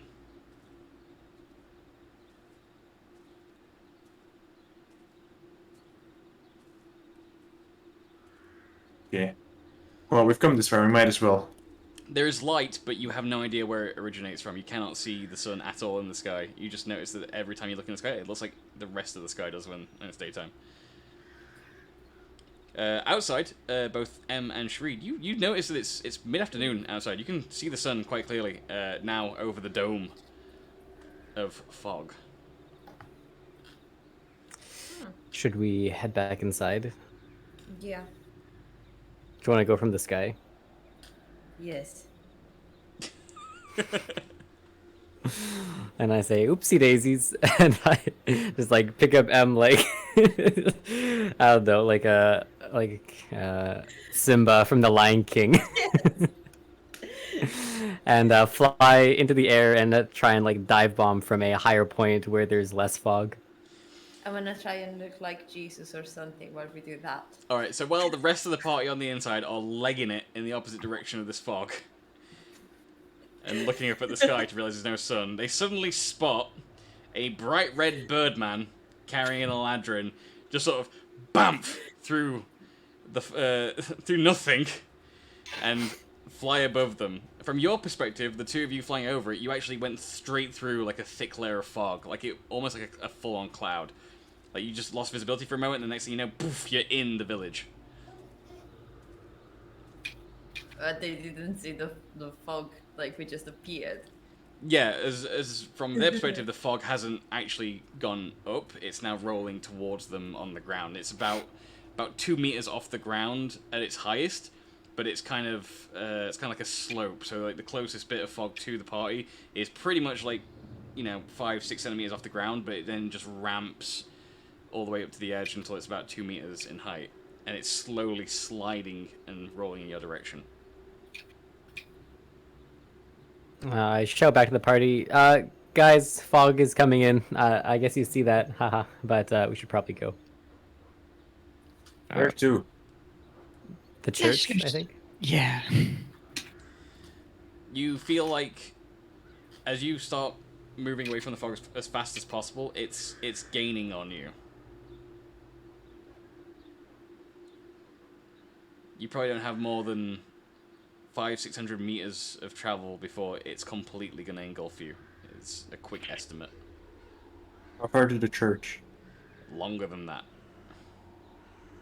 That's okay. I'm gonna cast a flaming sphere behind me into the path of the fog along the alley that we're running down. Right, as you do, you see tendrils form out of the fog and begin to sort of What? Oh yikes! like wind around and What is past it? the fire. Tentacles. Tendrils. What's tentacles? Similar to tentacles. Tentacle. Okay. Ropey appendages. Oh. Right. So, should we maybe go into a building Nah. or the tavern? Can we make it? Are there any intact buildings? It takes a second each time as you're looking around trying to find something that isn't actually a crumbled building. Eventually, Sharid, you're the first one to spot it. You look in front of you as you're running about to turn a corner, and you see a doorway that, after a moment of focusing, doesn't vanish. It looks completely real to you. Guys, there's a doorway up ahead. Go. Go. Let's go in. Alright, so running at full pelt, Sharid, you try to shoulder barge into this door, and you just kind of like bounce off it. Solgra's right behind you though, and she immediately like barrels past you and just wipes this door like right open. Just poof, thud, and it's completely open now. I pat myself off. I'm like, yeah, I could have done that. And then I walk in. Yeah. Should we close the door behind? Once you're all in, Solgra beats you to the punch and immediately slams the door shut, and she's attempted to bar it. I help if I can. Yep. Are there any windows? Between the two of you, you completely bar this room. Not in this particular room, although there are doors opposite the ones you entered. This looks like a very small room, actually. Just about fits all 7 of you in here. You can see that there's a nice, like, luxurious-looking carpet below your feet. The stonework around you looks far fancier than anything you've encountered so far. And to the left of the entrance, behind some of you, next to some of you, you find the oddity that is an umbrella stand. And next to that, a coat rack. Can we inspect the umbrella stand and coat rack? The umbrella stand currently carries 2 black umbrellas. The coat stand carries a long black overcoat. I call into the room. Anybody home? The door creaks open. And you're going to have to bear with me because I didn't think we were going to do this, so I need to just go change the sound effect.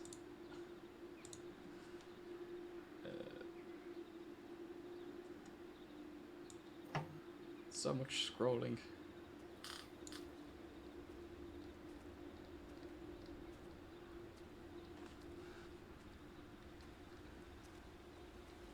An hour I spent setting up sounds, and you went to none of the places I set the sounds up for. You sons of bitches. Sorry. Hey, we don't know. We don't know. We're doing this on purpose, but not. It's amazing. Oh, you're doing it on purpose. I couldn't have made "go to the church" any clearer.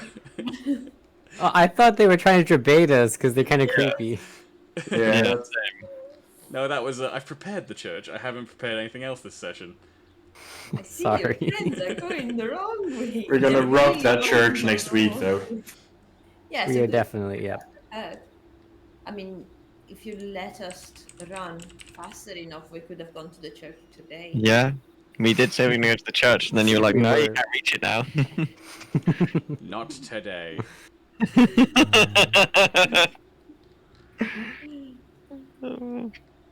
Now, if I could just find the same thing I was using earlier. There we go. And as soon as this finishes loading, you're going to hear new music.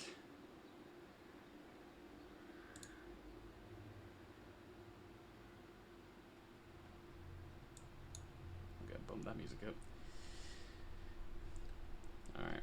Looking in through the double doors that are creaking open now, you see a long hall.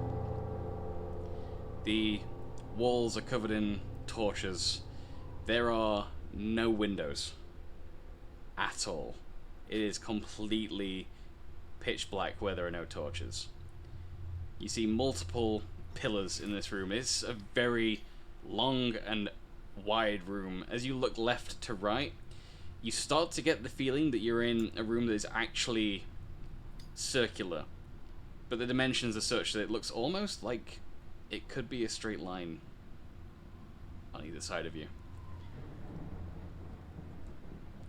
In the center of this room, a very long way away from you, under carpeted floors, is a grand spiral staircase. The whole staircase a construction of wood and stone, marble cut stone. You can't quite see from where you stood where it leads, but looking around, you feel there's a lot of empty space here. Nothing in this place other than the pillars holding the structure aloft. But there is a smell. It has a strong hint of grease to it. Also, those of you with a more acute sense of smell will pick up on something that smells like iron. Iron? As in the metal? Yes. Do you guys think that this is the Count's Tower, or the staircase up to it? Yeah.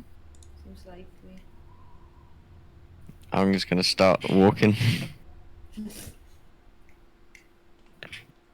I bet he eats people. I keep walking. As you begin walking, you can smell a mixture of different smells that all start to affect you at the same time. Initially, what smells like herbs and spices and the smell of cooked food and roasted meat begins to change the closer you get to the spiral staircase. You begin to smell what you think is rotten flesh. The two scents begin to intermingle, and you can't quite make out the origin point of either. Of the many things that you can pick up on, you find there's a distinct lack amongst all of these fragrances. A distinct lack of garlic. Considering how much we've had for dinner, that's good.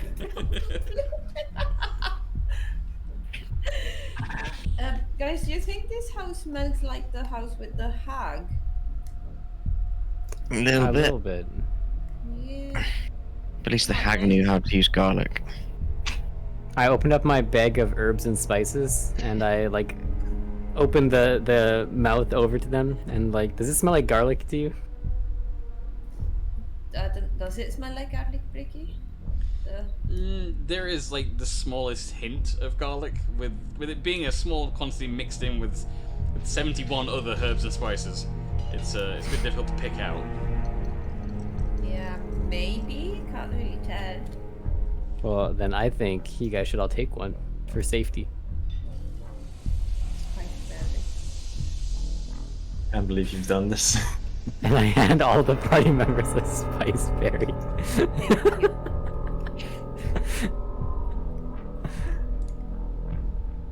See, because I haven't eaten one, and I haven't seen people eating them apart from Caporius. That was like fine afterwards. And oh no, I saw you eating one.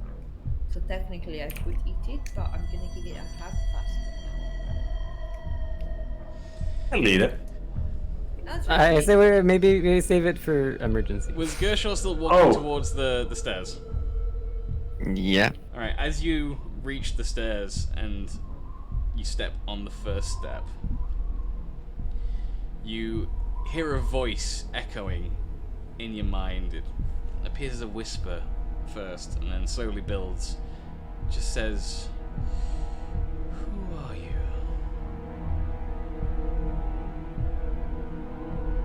The phallic barbarian. Did we hear the voice, or did we just hear Just Gershel? Gershel. Just hear Gershel say that. Is he okay? He's the phallic barbarian. And again, in Gershow's mind, you hear, "You lie." Actually, no. What do people call you? Kershaw. Now we're getting somewhere. And Who do why people call you? are you here? Just want to climb some stairs.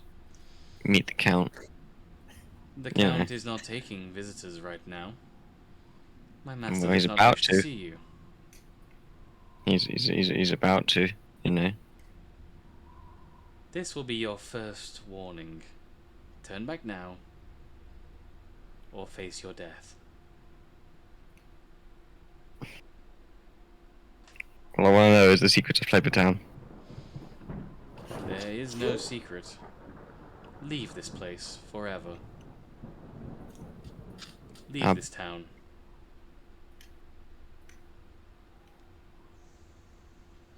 I turn around to everybody. Just in case this next step is my last. Maybe don't take it.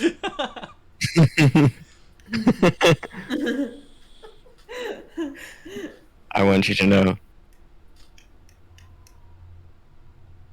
I wish to divide ownership of the floor to all of you.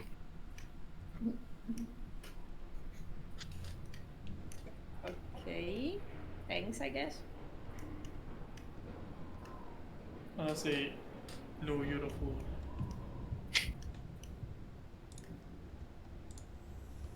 I look at Fanny Boy as confused as I always am. That man and his mash should not be able to backflip as elegantly as he does. But he does so anyway, not caring about what I think. I walk up a little bit closer, expecting a good show. So guess what's going on? What about you talking about yourself? I take another step. Only one.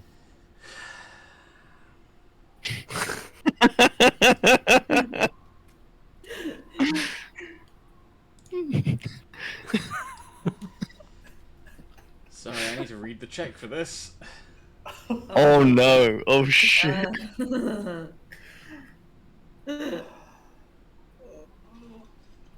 If only Shli was here to save us all. I can hear her right now. I can see her going online. Like astrally projecting. I think her face is red just from all the hands that have been on it at this point. Oh no. Gershaw, can you, please, roll for me a wisdom saving throw? Hey, that's a good one. For Gersha? Is it? Yeah. Okay. Oh. 25.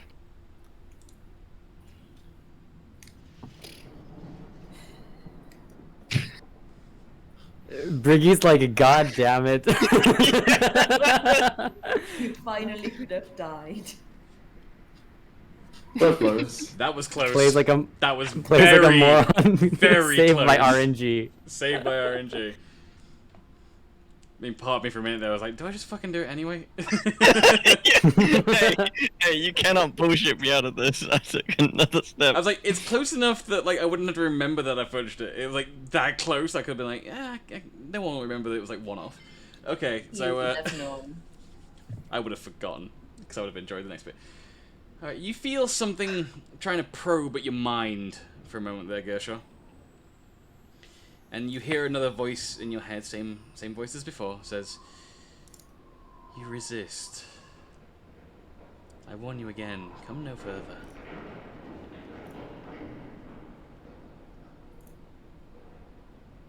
If he dies, dips on his soul. I say to the others. Why is he gonna die walking the stairs? What's going on? I don't know, it's Gershaw, anything could He's happen. talking by himself. You guys, there's someone speaking in my mind. Oh no, it's happened. He's gonna have to looper. No, not Loopy. No, there is a voice in my head, not one which is imagined, but one which is threatening me whenever I take a walk on these stairs. It told me to get out of the town. So, why are you going up the stairs? Good question. Or to put it in another way, in heels. Bruh. I wanted to test it to see whether it actually did anything, and yeah. Oh, dude, It please does. continue. So, it's technically done nothing so far, apart from try and probe my mind, which could have probably killed me. So I'm gonna take one step back. Good. Now leave this place. Just the stairs, or the whole place? Leave this village. What about the church? You are no longer of use to my master. Who are you? I am he without a name. I serve only my master.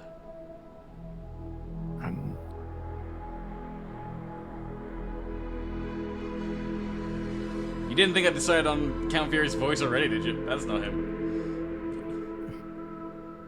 I reply with, that's gangster.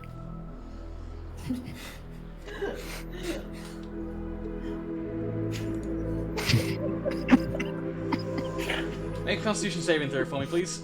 I'm taking that back. I'm taking this. God damn it! Nope, too late. Roll that Constitution saving throw for me, please.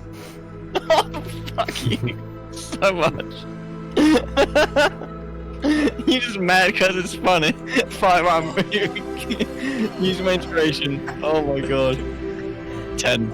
Okay, 10. Let's take a make it. You are going to take 45 necrotic damage. Holy shit. I love the music. Oh my god. You're gonna take 45 liver damage. The tune worth dying to. I start walking backwards immediately. Respect. And the voice in your mind, in an echoed whisper, rattles around in that noggin of yours and says, "Correct. You will respect." Authority. Treat, how far away from the stairs are you?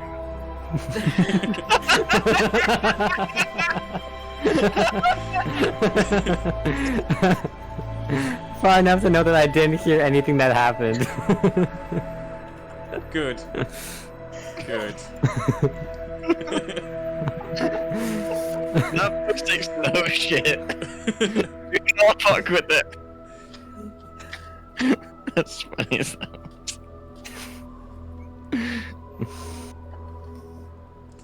You guys are level 11 now. You can take this. You can take this punishment. Fuck right off. Mates Quinn. Here, take 3/4 of your health. Are we still I mean, walking outside? could have been worse. It could have been the original spell. Power word kill. Oh, Oh you no! absolute fucker. That's us! Sorry! You done goofed. I'd forgotten about you. No! It leaves faster. Is it Make sure, faster? make sure you have over 100 HP. Yeah. Wait until level 20. Maybe. It doesn't have a roll, does it? It just happens. Huh. Shush, that's when you I'm stop sorry. talking. Why do you keep shh? Just gonna pin and bookmark that one. Uh-oh. Next time you're mean against the DM, power word kill. We thought you wanted us to not go to the church, Brigitte. Sorry, we really did. I'm also pinning power word pain, just in case, because that's less evil. We already had that one, I think, from the Gabra zoos. Good point. I should remember that. Oh, while we're at it, I'll open that one too. Okay.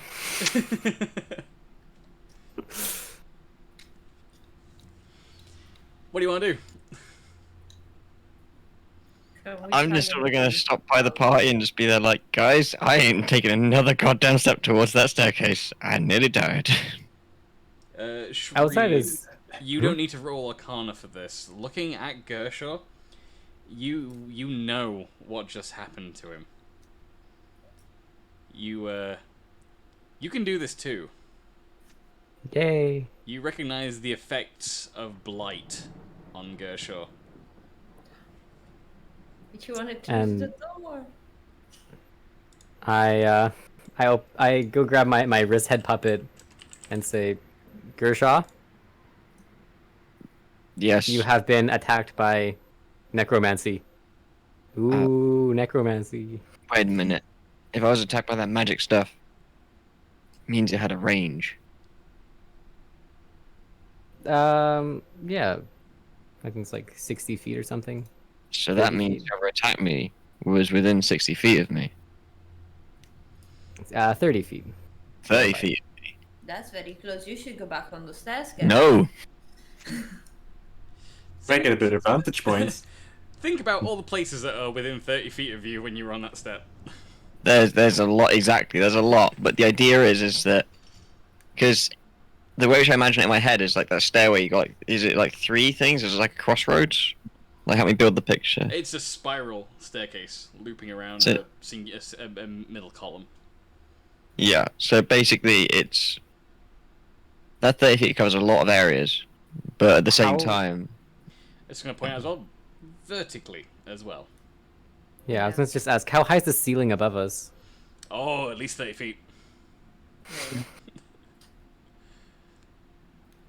so what I'm saying is with that staircase, there could just be someone waiting at the top of the stairs just casting blight on us as we're walking up, which could be terrifying. That's my best guess. Hey, I reckon he probably can like get down the staircase if it attacked you only when you walked up one step. Want to just bombard the top of the stairs? I could teleport upstairs if you wanted. I don't recommend that. I'm just saying I have a thing that can like suction things You what? to the top of the anyways, just thoughts, ideas. First you do. Can you good berry me a second? Not I spicy give- berry. I passed Gershaw a good berry. I can immediately consume it. To gain back 1 HP. Hey, that 1 HP has mattered before in the past. Wait, were you at 0? When you were looking no. at the... Were you Oh. looking at the ceiling? Were Oh, you plus asking how one, high never the mind. ceiling was? Or were you just asking it as part of the environment? Yeah, I was like looking and inspecting the area above the staircase ish. So as you look up the spiral staircase towards the ceiling, in the gap between the ceiling and the edge of the spiral staircase as it goes up, you see a boot disappear. What size was it? Man-sized. I mean that like narrows it down to like what 10 different sizes. It was like a UK 13.5 or what do we? Oh, like size 14. He's got big. Jesus feet. Christ. Yeah. Yeah, but what shoe size do you have? 12. Oh my god, Big. he's at least capo sized. He's a big. I look down at my shoe size, in character, and I'm like, yeah, that guy's probably really big. I'm not wearing shoes, but I can imagine. One of the things that you didn't notice before upon inspecting this hall is just behind one of the columns that lead you towards the staircase. It would have been out of view as you walked in, but now that you're sort of like halfway from door to staircase, you can see that there is another another sort of coat rack. This one actually has a different item of clothing on it though. It looks similar to a shirt, but not like the ones that you've seen the other townsfolk wearing. I immediately put it on. I know exactly what it is. I know exactly what it is. I need that. Okay, Gershon, would you like to tell the party what you've just put on? It is a button t-shirt with a collar with fucking flames on it. Hot rod flames. It is a black shirt with flames on it, correct.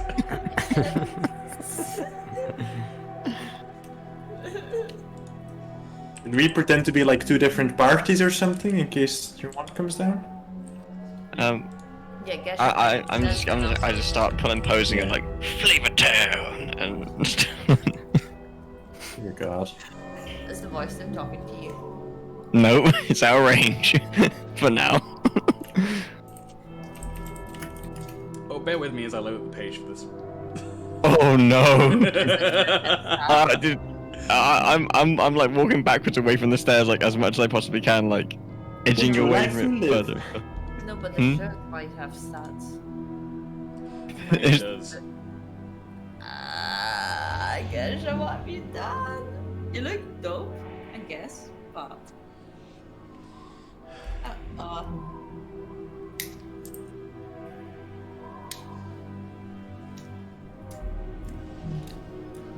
Okay. So, you have just put on a cursed item. You are now cursed by the shirt of Count Fieri. While cursed, your body and soul become absorbed by the shirt. Every item you are carrying or wearing drops next to the shirt, and you gain control over the shirt. So now you are wearing a black shirt, jeans, and ratty trainers. That is. They have an AC of 0, so. The shirt then alters the form of your body. You gain weight. And your hair becomes a bleached blonde and spiky. You grow a goatee. I can't. I can't even. What the fuck? We're not done yet. I gotta read more. This is I wasn't expecting anyone to just grab it and put it on, so I didn't expect to have to read that so soon. I thought you might inspect or something, but no. So you suffer from amnesia. You lose all of your memories. Oh, not again. But Lesser Restoration brings back 1 memory. Greater Restoration spell brings back a few memories. And a Resurrection spell brings back all your memories. You gain a natural armor class of 18 plus your dexterity modifier. Holy shit. You gain a +2 to your constitution and a +2 to strength. Write these in a notepad. Never putting this out again. And you gain +2 extra hit points per level. You become immune to poison damage. Already was. And you no longer need to drink or breathe. You will need to consume a 3-course meal once per long rest.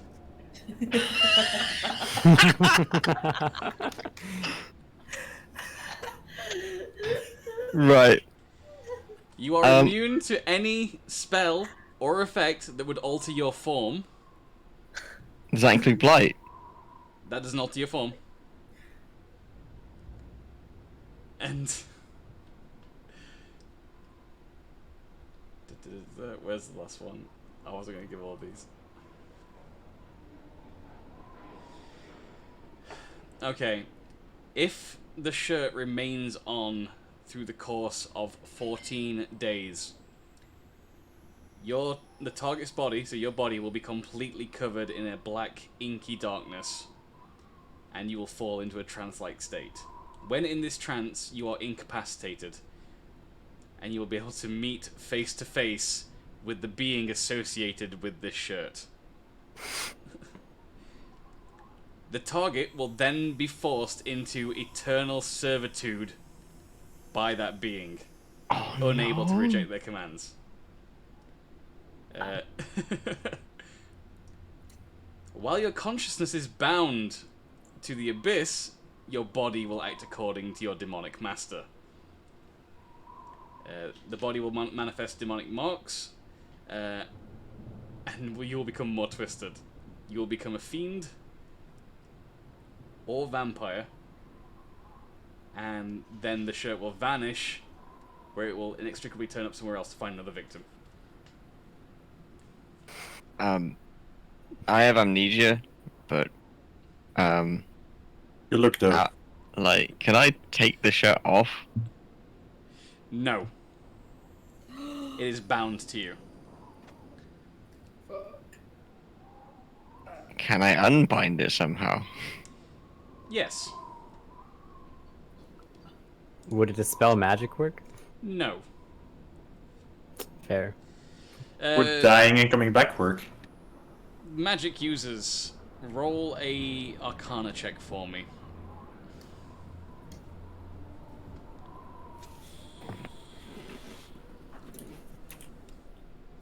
And the Strong thing is shot. that Gesha doesn't know 13. any about this.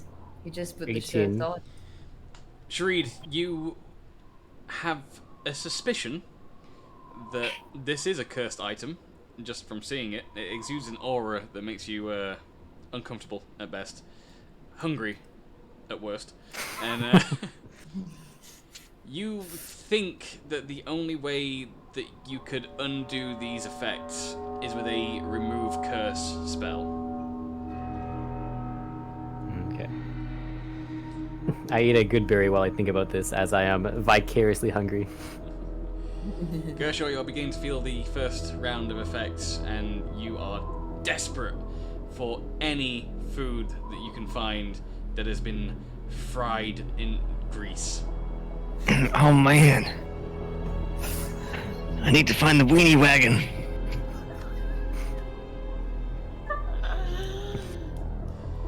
And the entire party hears a voice from atop the stairs. This one you haven't heard before. And echoing out throughout the chamber is the voice, presumably, of Count Fieri, as you hear, "Ha! Can't believe you did it!" Hey! That voice is kinda cool. And that is where we are going to end this week's session of the Ebon Death.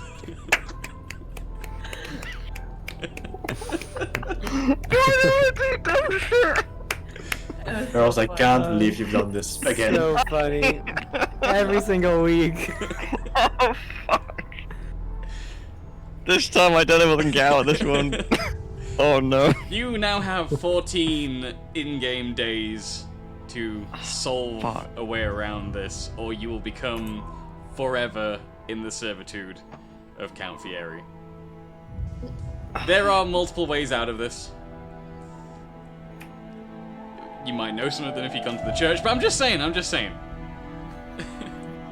Not salty at all. No, that's just how it be. I guess we're going straight into this. So next week we will return with, with the Sneven, hopefully all 7 of them, and maybe, just maybe, with a combined full party, we might be able to actually solve this puzzle and save Gershaw's life.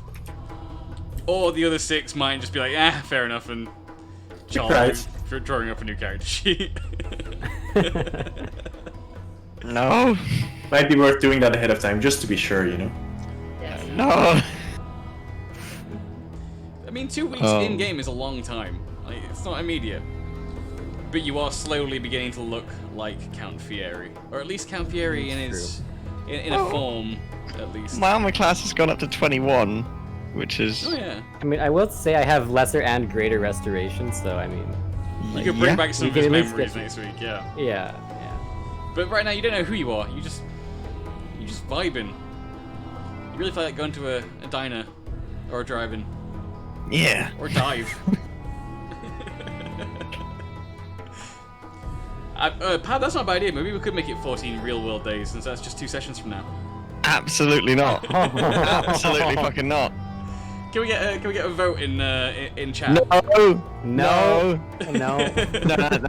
Can we get a poll, in-game versus real life, and see who No. which one comes out on top?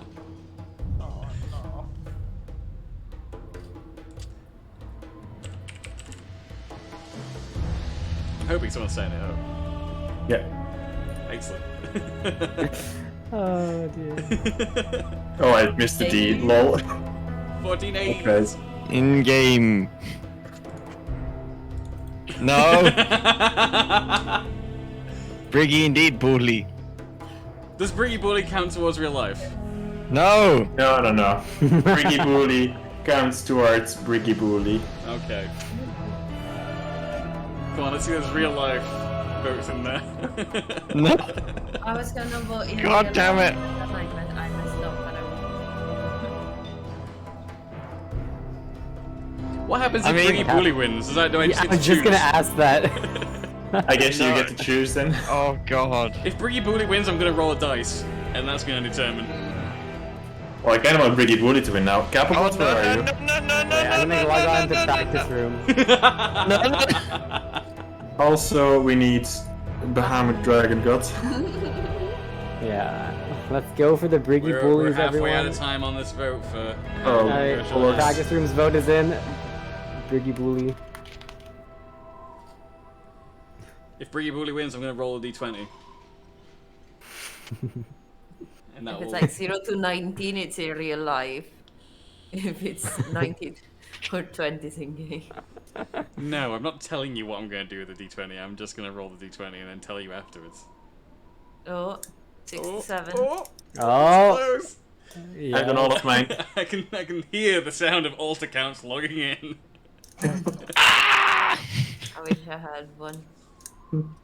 Where's Bone Daddy? Where when is we Bone need Daddy Bone when you need Daddy? him? Yeah, I'm so Bone excited. Daddy, don't bone me. Come on, someone. You know you want to.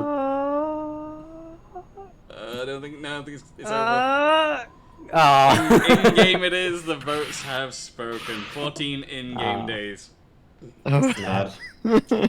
So what I was gonna do is I was gonna roll a d20, and that's a 4. So that would have been real bad.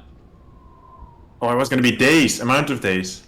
Because I was gonna pick 4 real-life days at that point. Bollocks. We start the next session and you're like, yeah, Gersh is gone. Roll Get for Thierry on the initiative as Against Gersh. as Gershel Fieri begins to attack. Oh my God. With 14 in-game days, I guess it just depends how many days it takes to get yourself sorted in Flaverton. You now have the setup of this quest. I mean, we've never really been in a place for more than like a week max. We were in Yeah. the longest. You don't know how long you've been there so far. And that's what I'm scared about. Is there's all this time fuckery going on, and that's terrifying. I don't see you know you didn't think I'd have thought of that. I don't think that the ramifications of 2 in-game days, sorry, 14 in-game days could be very long or very fucking short. When do you really think about ramifications, Charles? Come on now. We normally do our debrief offline after the stream ends, but I'm going to just throw this little bit in here, just for the viewers. Honestly, of all the people that I thought would be the first person to pick up a cursed item without any rhyme or reason or checking it or being worried that they were in a vampire's lair, did not think it was going to be Gershel. Honestly, I thought it was going to be M. I thought the rogue was going to be the one that just picks it up. And instead, Gershel didn't even let me finish reading out the description of what he'd just seen. He's like, I'm going to put that right on. Because I knew what it was! Like, Well, we're in a vampire's house and like everything's gone bad and I've been hit by blight, but I'm going to wear this random item that I just found on the coat rack. I believe that's what they call debated. Yeah. I thought he was giving me a freebie, you know, he attacked me, and that was... What point of that did you think you were getting a freebie out of that room? the point I saw that shirt. That's what I was thinking. I thought maybe I could wear it and be styling over the top, you know, my standard get-up. But no. Nope. You can style it for 14 days. Anyway, we're going to wrap up the session there online, so thank you everybody for joining us. This has been a pretty fun session, even with it being slightly derailed from what I planned, but still, that was a pretty awesome ending there. So, thank you, as always, to my fantastic cast that come and join us every week. We've been joined again by Caporius, played by Thurfrit Capo. Thank you for joining us this week and coming back from holiday. Unfortunately, you're not seeing the ending screen there for the stuff because I haven't set the cameras up with people away, so we're just going to use the regular camera screen right now.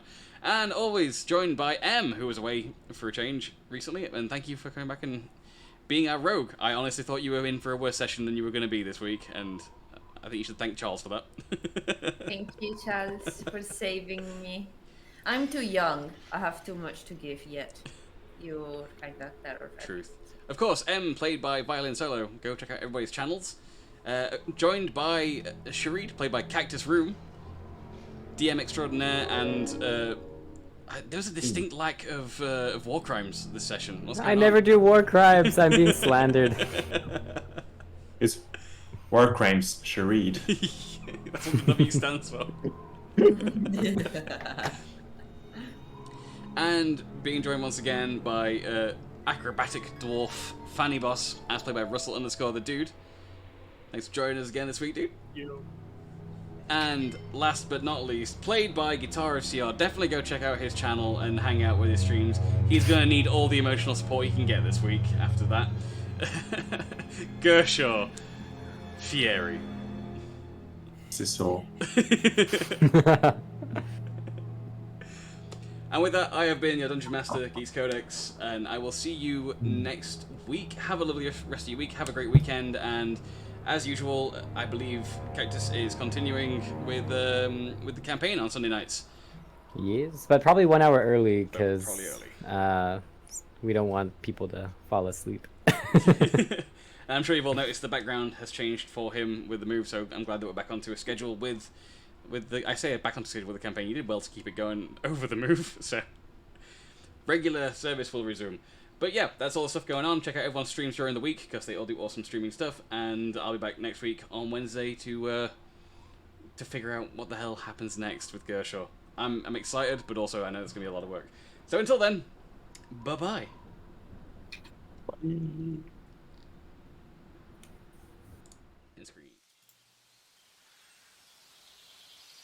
And fairy dust where we lay our scene. Our hero lusts after a dragon-esque queen. He's neither vegan nor vegetarian. The people call him the phallic barbarian. And while his great powers cannot be ignored, well, they're not contingent on his ability to, brandish his sword. And so he embarks on the most thrilling quest to solve quite a big problem, it must be confessed. But that's not as it seems.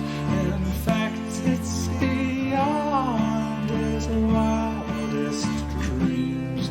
He expects to be met with a cure for his dick, but lo and behold, he finds out it's a trick. In the mountains, our hero is far from lonely. In fact, he's crossed paths with the one and only Love Guru. The Love Guru possesses a mystical power to have our hero fighting fit within the hour. There's probably a joke with a penis right there.